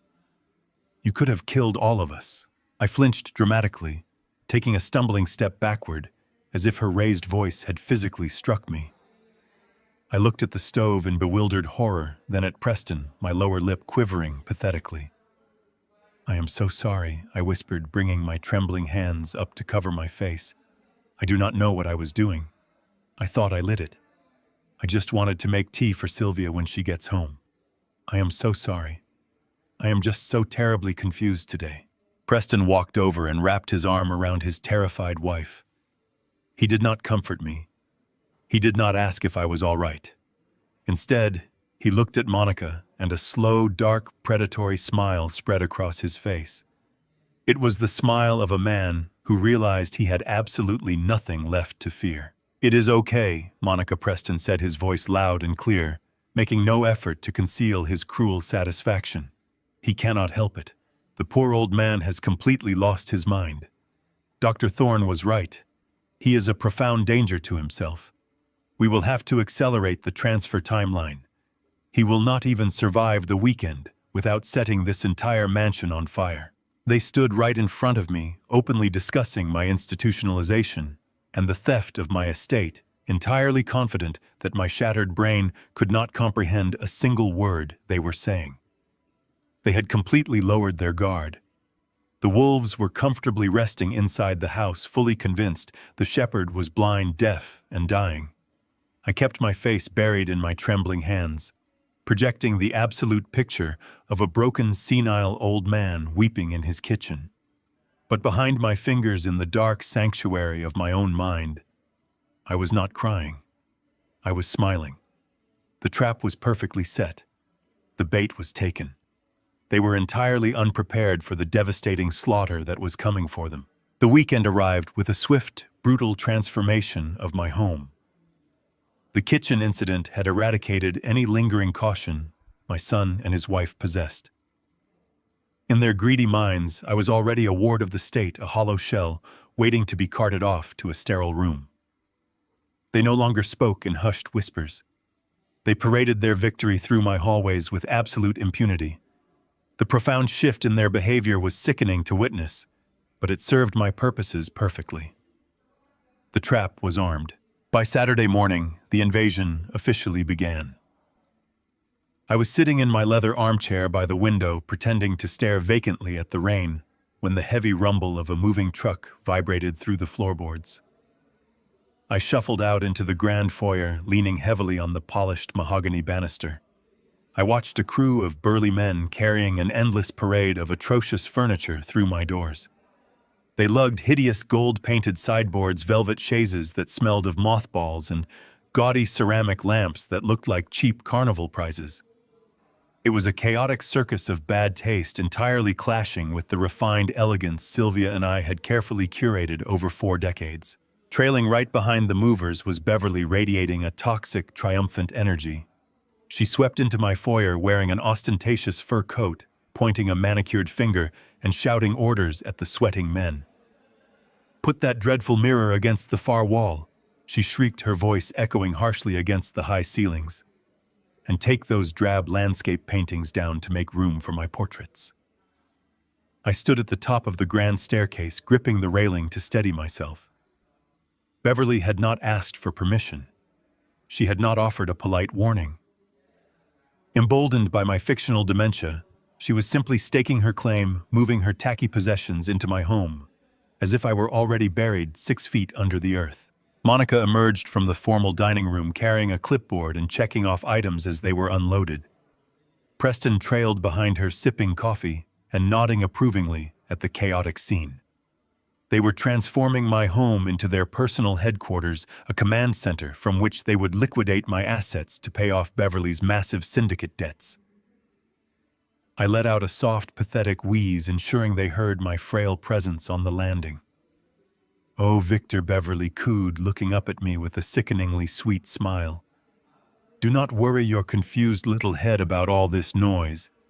We are just bringing in a few familiar items to make the house feel more comfortable while we take care of you." I nodded slowly, putting on a vacant, agreeable smile before retreating back into the shadows of the upper hallway. But the true cruelty of their occupation had not yet reached its peak. That afternoon, the house grew relatively quiet as the movers finally departed. I was standing near the edge of the balcony, concealed by the heavy velvet drapes, when I heard sharp voices drifting up from the kitchen. It was Monica, and her tone was laced with pure venom.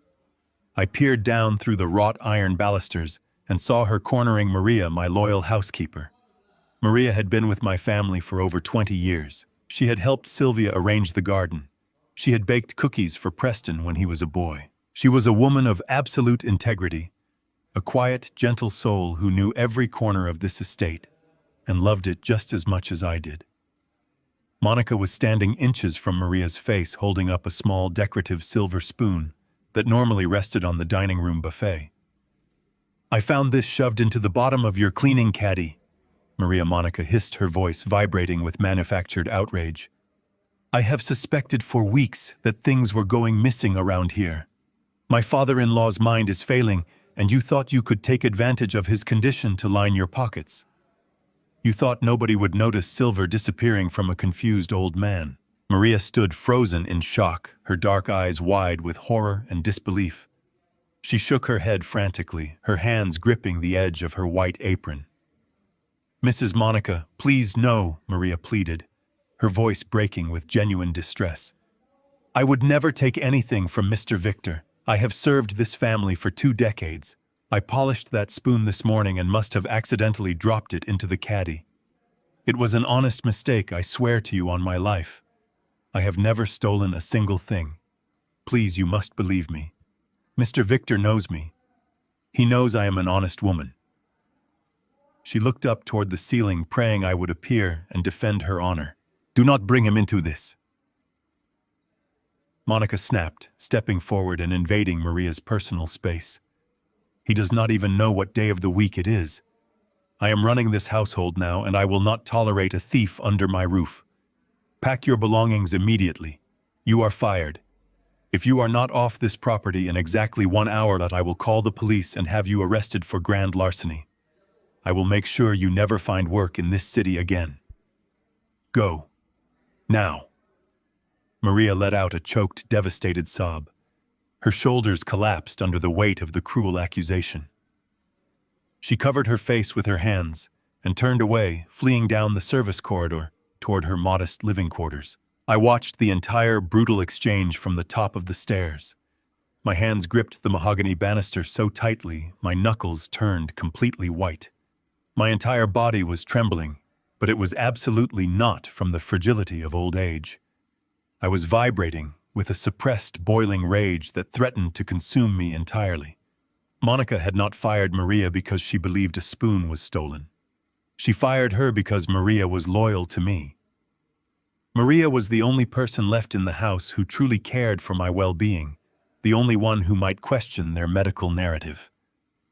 By removing Maria, they were severing my last remaining lifeline to the outside world. They were systematically isolating me, stripping away my trusted staff to ensure I was completely dependent on them and their corrupt medical professionals. It was a textbook isolation strategy executed with breathtaking cruelty against an innocent woman who had given her entire life to serving my family. I wanted to storm down the stairs. I wanted to grab Monica by her collar and throw her and her parasitic mother out into the pouring rain. I wanted to tear up the fraudulent power of attorney and watch the color drain from their greedy faces. But I forced myself to remain hidden in the shadows. The trap was not yet fully sprung. If I revealed my sanity now, the entire operation would collapse prematurely. I backed away from the railing and retreated into the absolute privacy of my master suite. I locked the heavy oak door behind me and walked over to my secure bedside safe. I retrieved my personal, untraceable mobile phone, a device Preston did not know existed. My hands were perfectly steady as I typed a message to Maria's personal number. I had to reassure her without compromising my carefully constructed facade. I could not let her leave believing she had been abandoned by the family she loved. I quickly composed a brief text message, ensuring the tone was sharp and completely authoritative. It was the voice of the true, calculating Victor Caldwell reaching out through the darkness. I typed the final words and hit send, watching the small delivery icon appear on the screen. "Take a 2-week paid vacation. I am cleaning house." I watched the small delivery icon appear on the screen, confirming Maria had received my message. The digital checkmark was a silent promise of the retribution to come. I placed the encrypted phone back into the biometric safe and locked it securely away. The subsequent days bled together in a grueling test of my psychological endurance. From Sunday through Wednesday, I endured the agonizing theater of my own supposed mental collapse. I shuffled through the sprawling hallways of my estate, allowing my shoulders to droop and my eyes to remain perpetually clouded.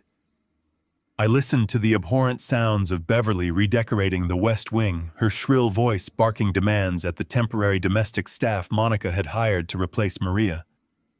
They treated my home like a conquered territory, drinking my vintage wine, rearranging my antique furniture, and speaking to me in slow, patronizing tones as if I were a confused toddler. I swallowed the bitter bile of my pride, nodding vacantly whenever Preston patted my arm and told me everything was going to be perfectly fine. He was absolutely convinced that my mind was rapidly dissolving, a convenient casualty of advanced age and fabricated neurological decay. He believed his $200,000 bribe to Dr. Thorne was actively bearing fruit before his very eyes. I needed him to remain in that state of blissful ignorance.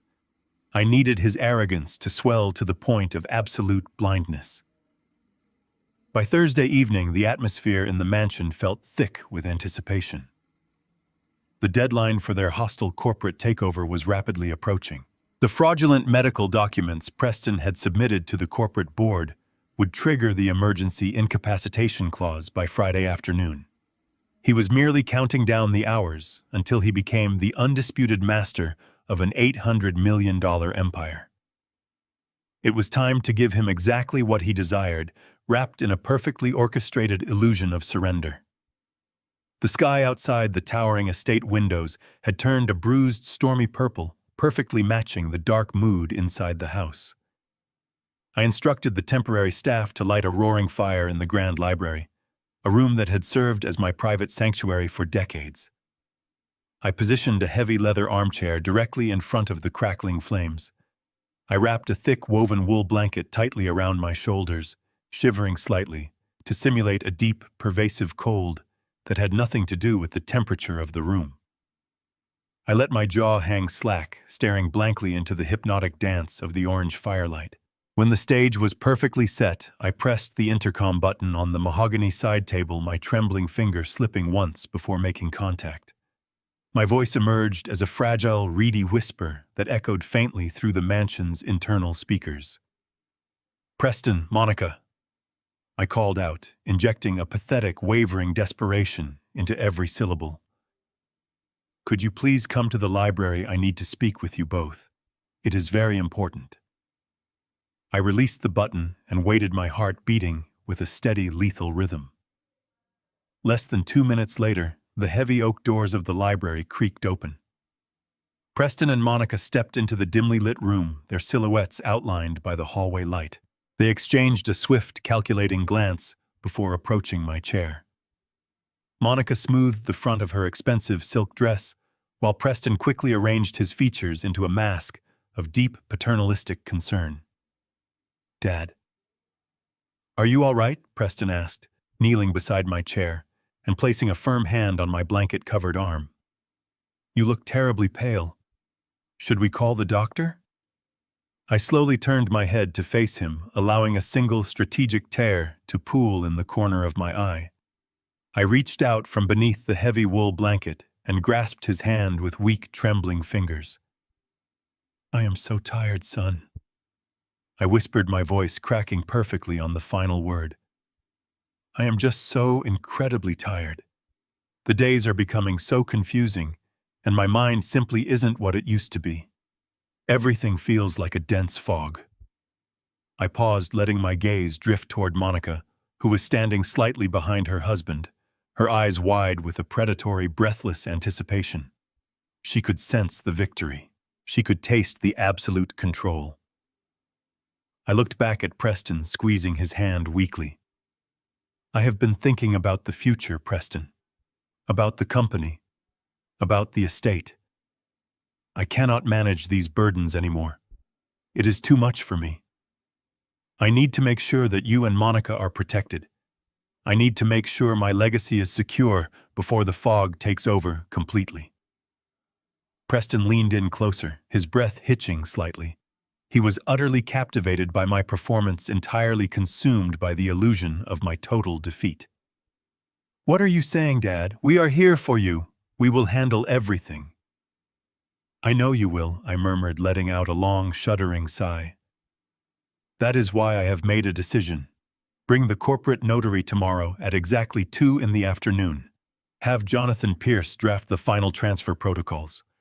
I want to formally sign the company, the liquid assets, and the entirety of this estate over to you. I want to give you absolute legal control while I still have the clarity to do so." The silence in the library was absolute, save for the crackling of the fire. Preston stared at me, his pupils dilated with pure, unadulterated greed. He had spent 8 months laundering millions to pay off Beverly and her massive gambling debts. He had bribed a corrupt neurologist to declare me insane. He had plotted a hostile corporate takeover, and now I was simply handing him the crown on a silver platter. He did not have to fight for it. He did not have to wait for the corporate bylaws to trigger. The golden goose was voluntarily opening its neck to the blade. "Are you absolutely certain?" Dad, Preston asked, his voice trembling with genuine, overwhelming excitement. "This is a massive decision. We want whatever makes you comfortable."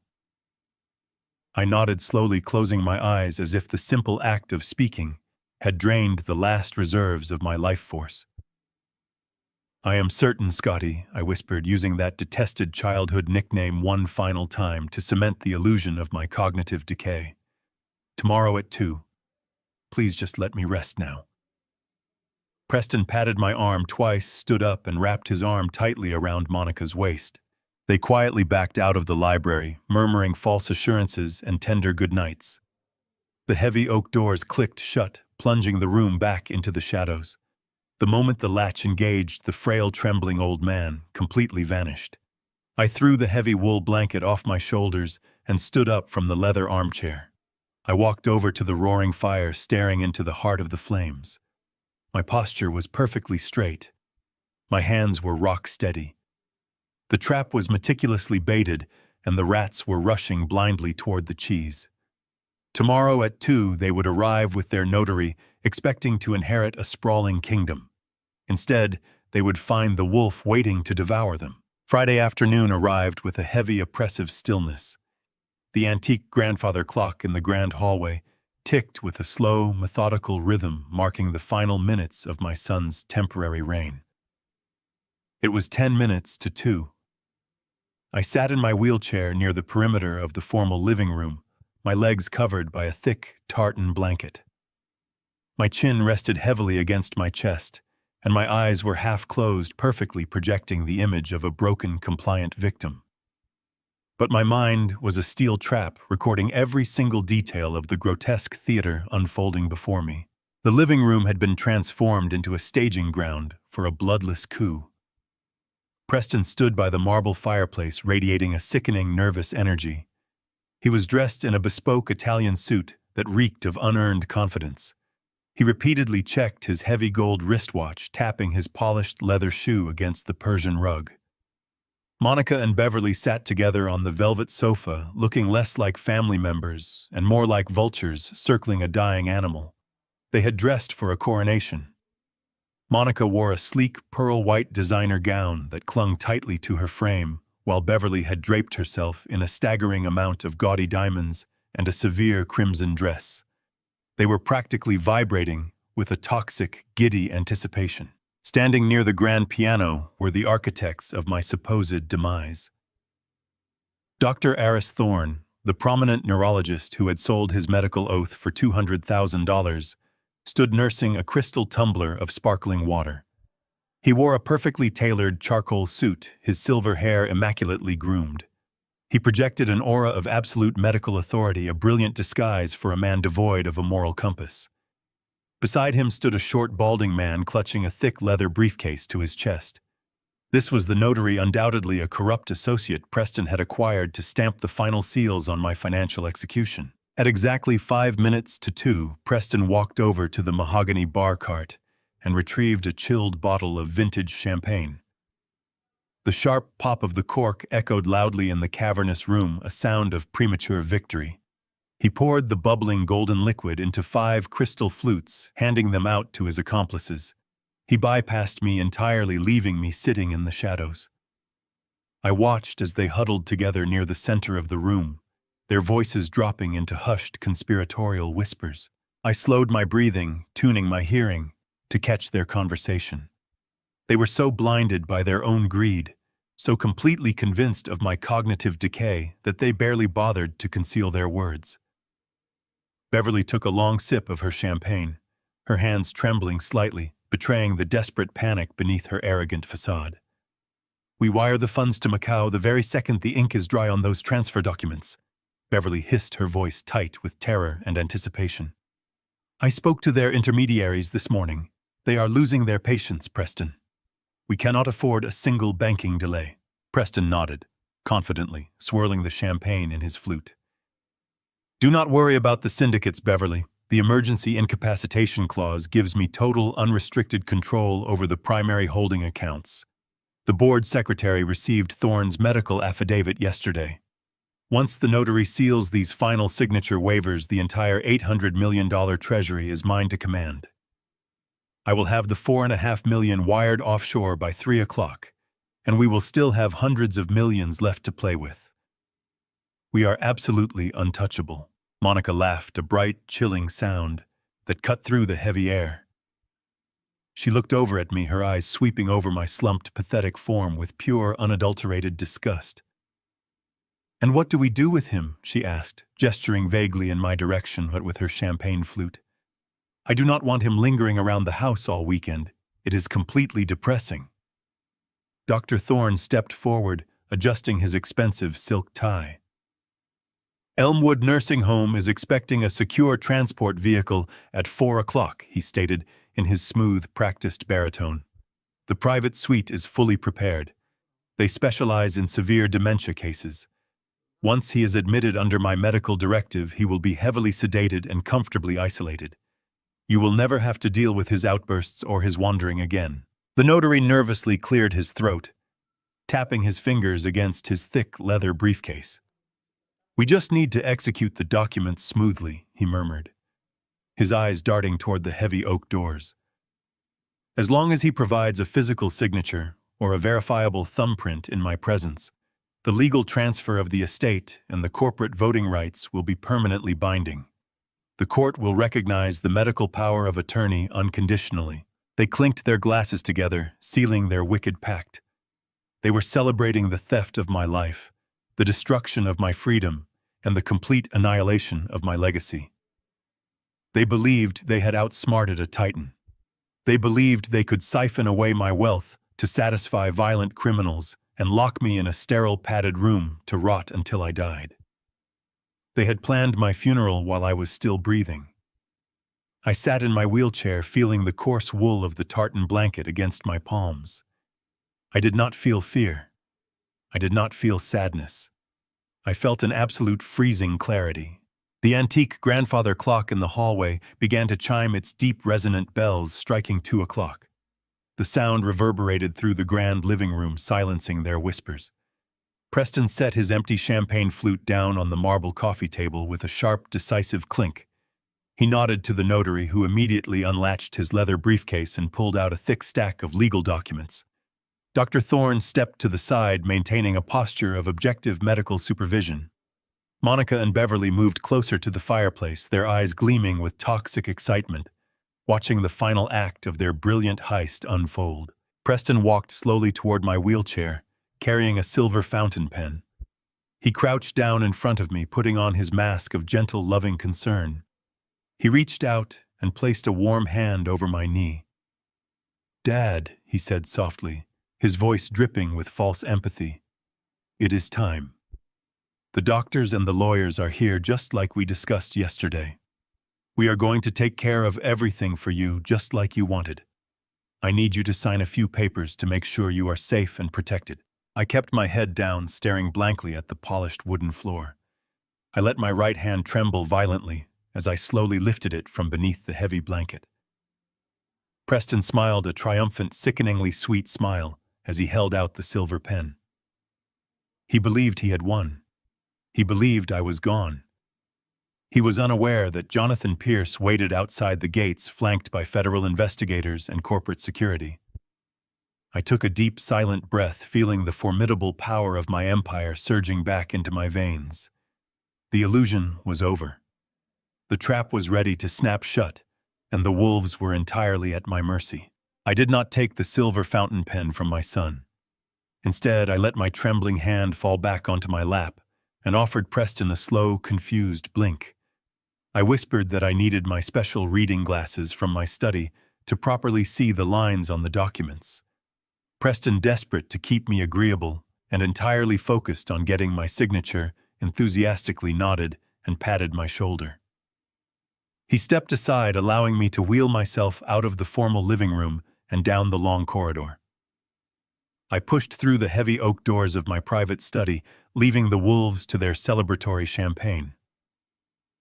The moment the doors clicked shut, the fragile invalid ceased to exist. I stood up from the wheelchair, discarding the thick tartan blanket onto the floor. I stripped off the frayed woolen cardigan and the loose pajama shirt. Waiting for me on my leather sofa was my armor. I dressed methodically, pulling on a crisp white dress shirt and adjusting a crimson silk tie. I slipped into my bespoke Italian charcoal gray CEO suit, a garment tailored for boardrooms and battlefields. I checked my reflection in the antique mirror, smoothing my silver hair. My posture was ramrod straight. My eyes were lethal. I turned to face the private side entrance of my study, which led directly out to the estate gardens. The digital lock chimed softly, and the door swung open. Jonathan Pierce stepped inside, his face a mask of predatory anticipation. Behind Jonathan followed the precise instruments of my retaliation. 3 senior members of my corporate board of directors filed into the room, their expressions grim and resolute. I had briefed them entirely just hours prior, presenting the undeniable forensic evidence of Preston's grand embezzlement. Rounding out the grim procession were 2 uniformed financial crimes detectives from the State Bureau, their brass badges catching the dim light of the study. We did not exchange a single word. We did not need to. The executioners were assembled. I turned the brass handle of the heavy oak doors and pushed them wide open. My expensive leather Oxfords struck the polished hardwood floor with a sharp, authoritative rhythm as I marched back down the corridor toward the formal living room. My formidable entourage walked closely behind me in perfect synchronized silence. We entered the living room exactly as Preston raised his crystal flute to propose a final toast. The words died instantly in his throat. The cheerful clinking of glass vanished, replaced by a suffocating, absolute silence. Preston froze completely, his arms suspended mid-air, his eyes bulging as he processed the impossible sight before him. The stooped, trembling old man he had mocked just moments ago was gone. In his place stood the ruthless titan who had built an $800 million empire from nothing. The champagne glass slipped from Monica's paralyzed fingers, plummeting to the floor.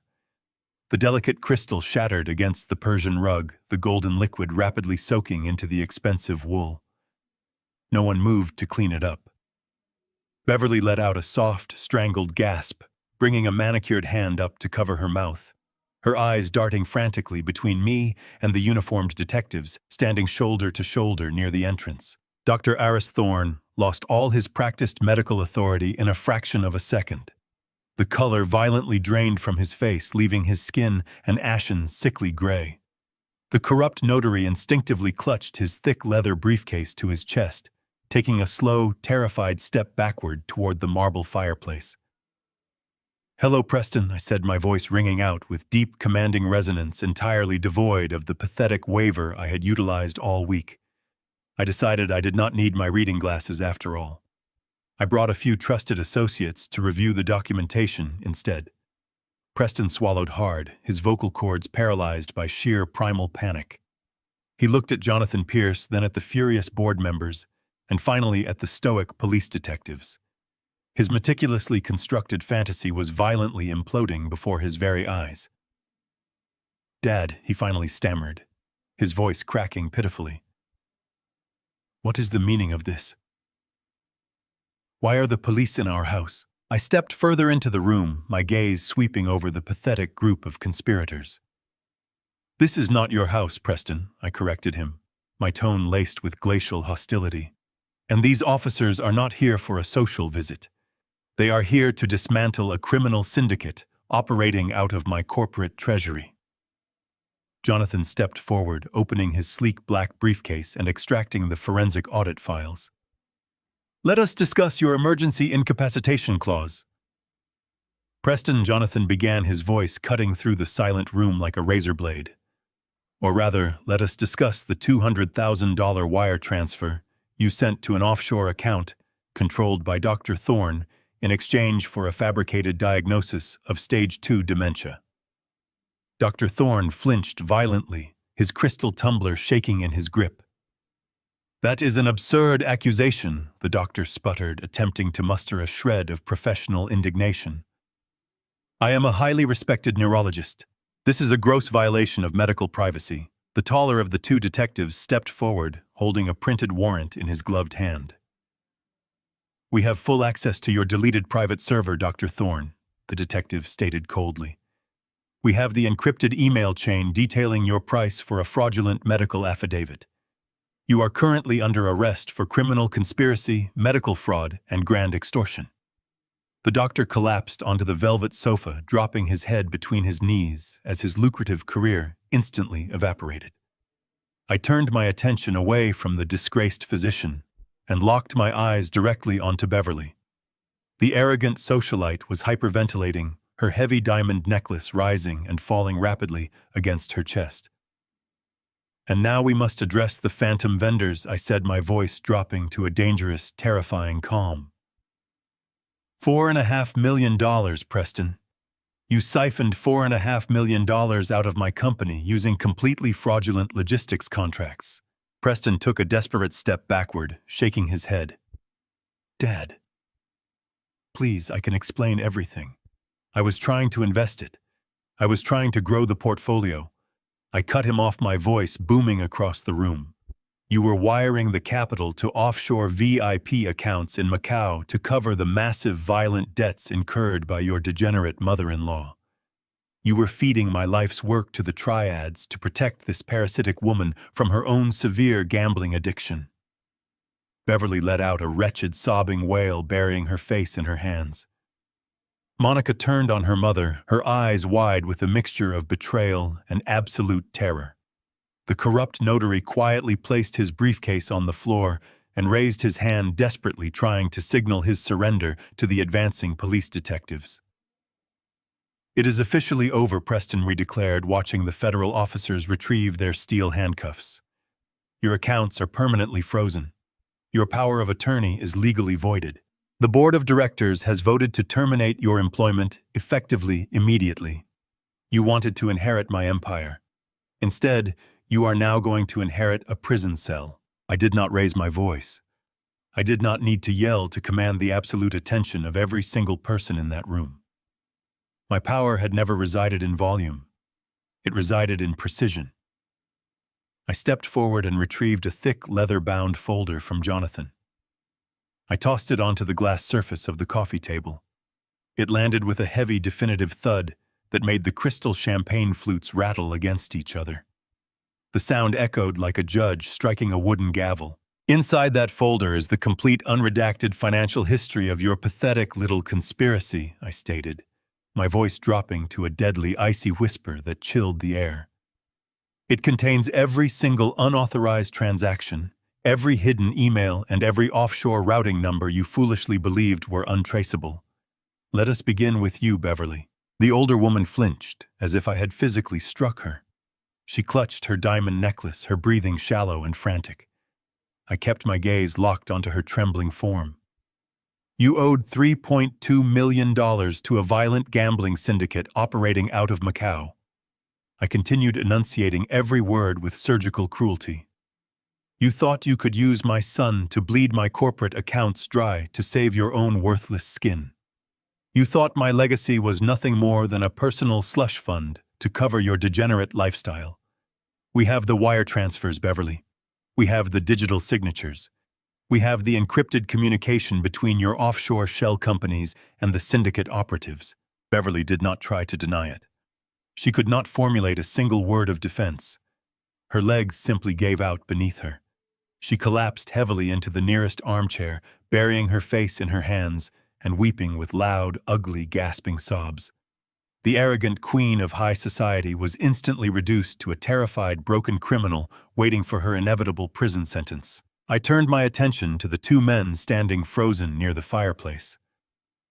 Jonathan Pierce stepped forward, opening a separate file and extracting a stack of papers bearing official medical seals. He held them up for the detectives to see. "These are the fabricated medical evaluations outlining a fictional diagnosis of advanced stage dementia," Jonathan announced, his voice ringing with righteous legal fury. "They were signed and certified by Dr. Aris Thorne, who received a massive illicit payment for his perjury. And they were officially stamped by this notary, who knowingly validated forged signatures to bypass standard corporate governance." The two financial crimes detectives did not hesitate for a fraction of a second. They moved with swift, terrifying efficiency. The taller detective grabbed Dr. Thorne by the shoulder, spinning him around and slamming his hands behind his back. The sharp, metallic click of the steel handcuffs locking into place echoed through the silent room. The doctor offered no resistance. He simply stared blankly at the floor as his lucrative career, his spotless reputation, and his freedom were simultaneously obliterated.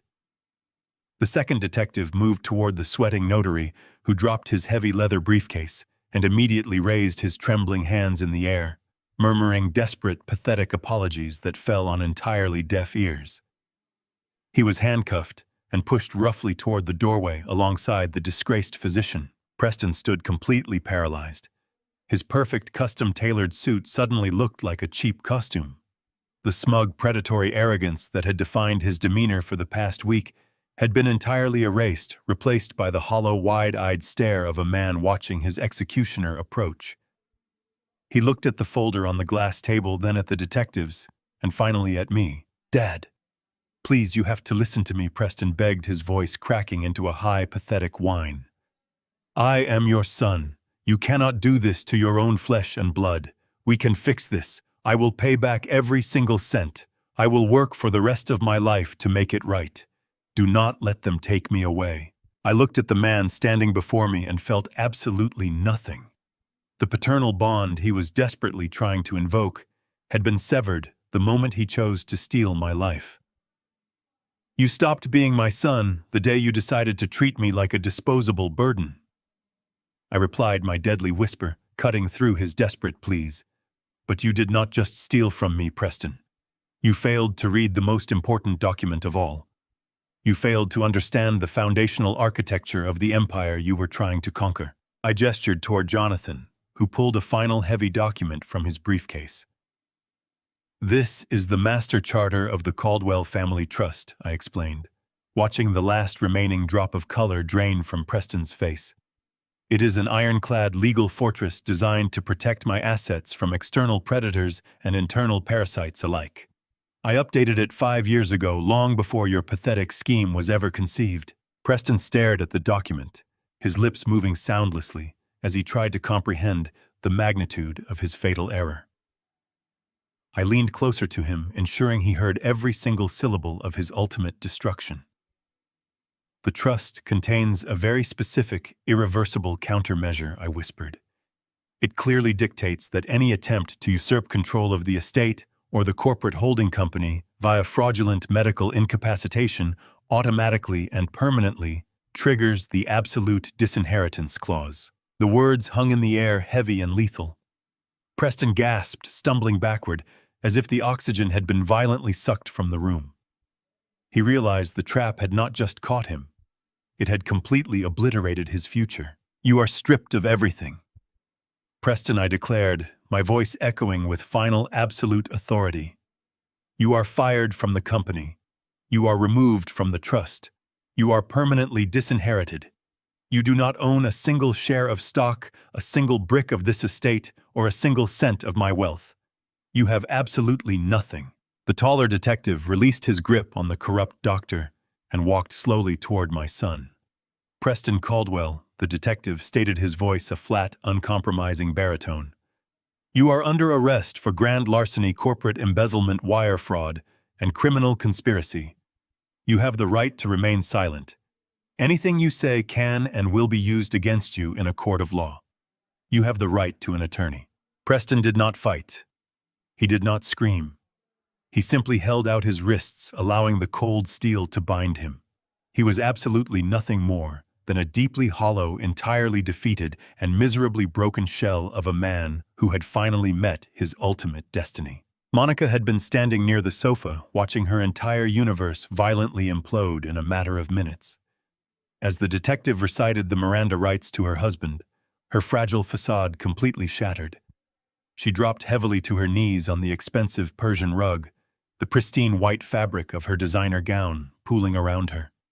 She crawled toward my wheelchair, tears streaming down her face, ruining her perfect makeup. "Victor, please, I am begging you," Monica sobbed, reaching out with trembling hands to grasp the fabric of my trousers. I had nothing to do with the offshore accounts. I did not know about the gambling debts. It was all Preston and my mother. "You cannot let them take everything from us. Where will I go? How will I survive? Please have mercy on us. We are your family." I looked down at her kneeling figure. I remembered the sheer cruelty in her voice when she fired Maria. I remembered the predatory glee in her eyes when she discussed locking me away in a sterile room to rot. I felt no mercy. I felt only the cold, satisfying weight of absolute justice. I slowly reached down and peeled her trembling fingers off my trousers, casting her hands aside with undeniable disgust. I adjusted the cuffs of my bespoke charcoal suit and looked at the three pathetic criminals cowering in my beautiful living room. "I think it is time I go to a nursing home," I said, delivering the final fatal blow with a voice as cold as winter ice. "You will now have plenty of time to reflect on your terrible life decisions. You three can figure out how to pay your legal fees from a prison cell." The heavy oak doors clicked shut behind the detectives as they marched my former family out of the grand estate. The suffocating tension that had choked my home for weeks instantly evaporated, replaced by the profound, absolute silence of total victory. 3 months later, the dust from that explosive afternoon had completely settled. The wheels of justice often turn slowly for the common man, but when fueled by an $80 million corporate legal team, they grind forward with terrifying speed. Preston faced a highly publicized and utterly brutal trial. Confronted with a mountain of irrefutable forensic evidence, offshore routing numbers, and the damning testimony of Dr. Thorne, who desperately flipped on him for a reduced medical fraud sentence, my son had no avenue of escape. His high-priced defense attorneys advised an unconditional guilty plea. The presiding judge was entirely unsympathetic to a privileged, arrogant corporate heir attempting to steal from his own ailing father. Preston was sentenced to 6 years in a federal penitentiary without the possibility of early parole. He traded his bespoke Italian suits for a coarse orange canvas uniform, locked away in a concrete cell where his immense arrogance meant absolutely nothing. The fallout for Monica and her parasitic mother was equally absolute and completely devastating. The very moment Preston was indicted and his primary accounts were frozen, Monica filed for divorce, desperately attempting to distance herself from the sinking ship. But her calculated cowardly abandonment did not save her. The Internal Revenue Service, alerted by our comprehensive forensic audit, descended upon her and Beverly like starving wolves. Every single designer handbag, every piece of lavish jewelry, and the luxury vehicles they had purchased with stolen corporate funds were systematically seized by federal agents to satisfy the massive embezzlement debts and tax penalties. Stripped of their stolen wealth and completely shunned by the high society circles they once desperately clawed to impress, they were evicted from their upscale neighborhood. I recently received a brief, highly satisfying report from Jonathan Pierce indicating that the two women are now living together in a cheap, rundown motel on the dreary outskirts of the city, working menial minimum wage jobs just to survive. The false queens of high society had finally been permanently dethroned. With the parasites surgically removed from my life, I began the process of deep purification. My very first act upon regaining total, unquestioned control of my estate was to locate Maria. I sent my private driver to her modest apartment and invited her back to my corporate office. When she walked through the doors, her kind eyes were still heavy with the unjust shame Monica had inflicted upon her. I stood up, poured her a cup of tea, and personally apologized for the profound cruelty she had endured under my roof. I reinstated her as the head of my household staff, doubling her previous salary and establishing a secure, fully funded retirement trust in her name. The tearful, overwhelming gratitude in her eyes reminded me that genuine loyalty is the rarest and most valuable currency in this world, and it must always be fiercely protected. However, I could no longer remain in the sprawling suburban estate. The grand hallways and manicured gardens felt permanently tainted by the memory of Preston and Monica creeping through the shadows, measuring the drapes for their hostile takeover. I quietly listed the massive property on the private market, liquidating the mansion and its contents within a matter of weeks. I purchased a breathtaking, ultra-modern penthouse in the absolute center of downtown Boston. It features soaring floor-to-ceiling windows, sleek marble floors, and an unhindered panoramic view of the bustling city below. It is a fortress of glass and steel, completely isolated from the toxic memories of the past.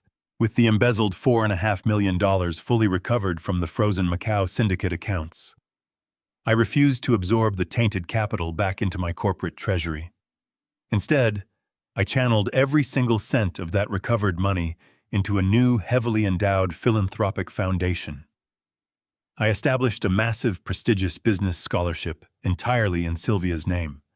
It provides full academic funding for brilliant, underprivileged young women who possess the drive to conquer the corporate world, ensuring that my late wife's spirit of generosity and fierce intelligence will continue to shape the future long after I am gone. Now I stand alone in the quiet elegance of my new penthouse.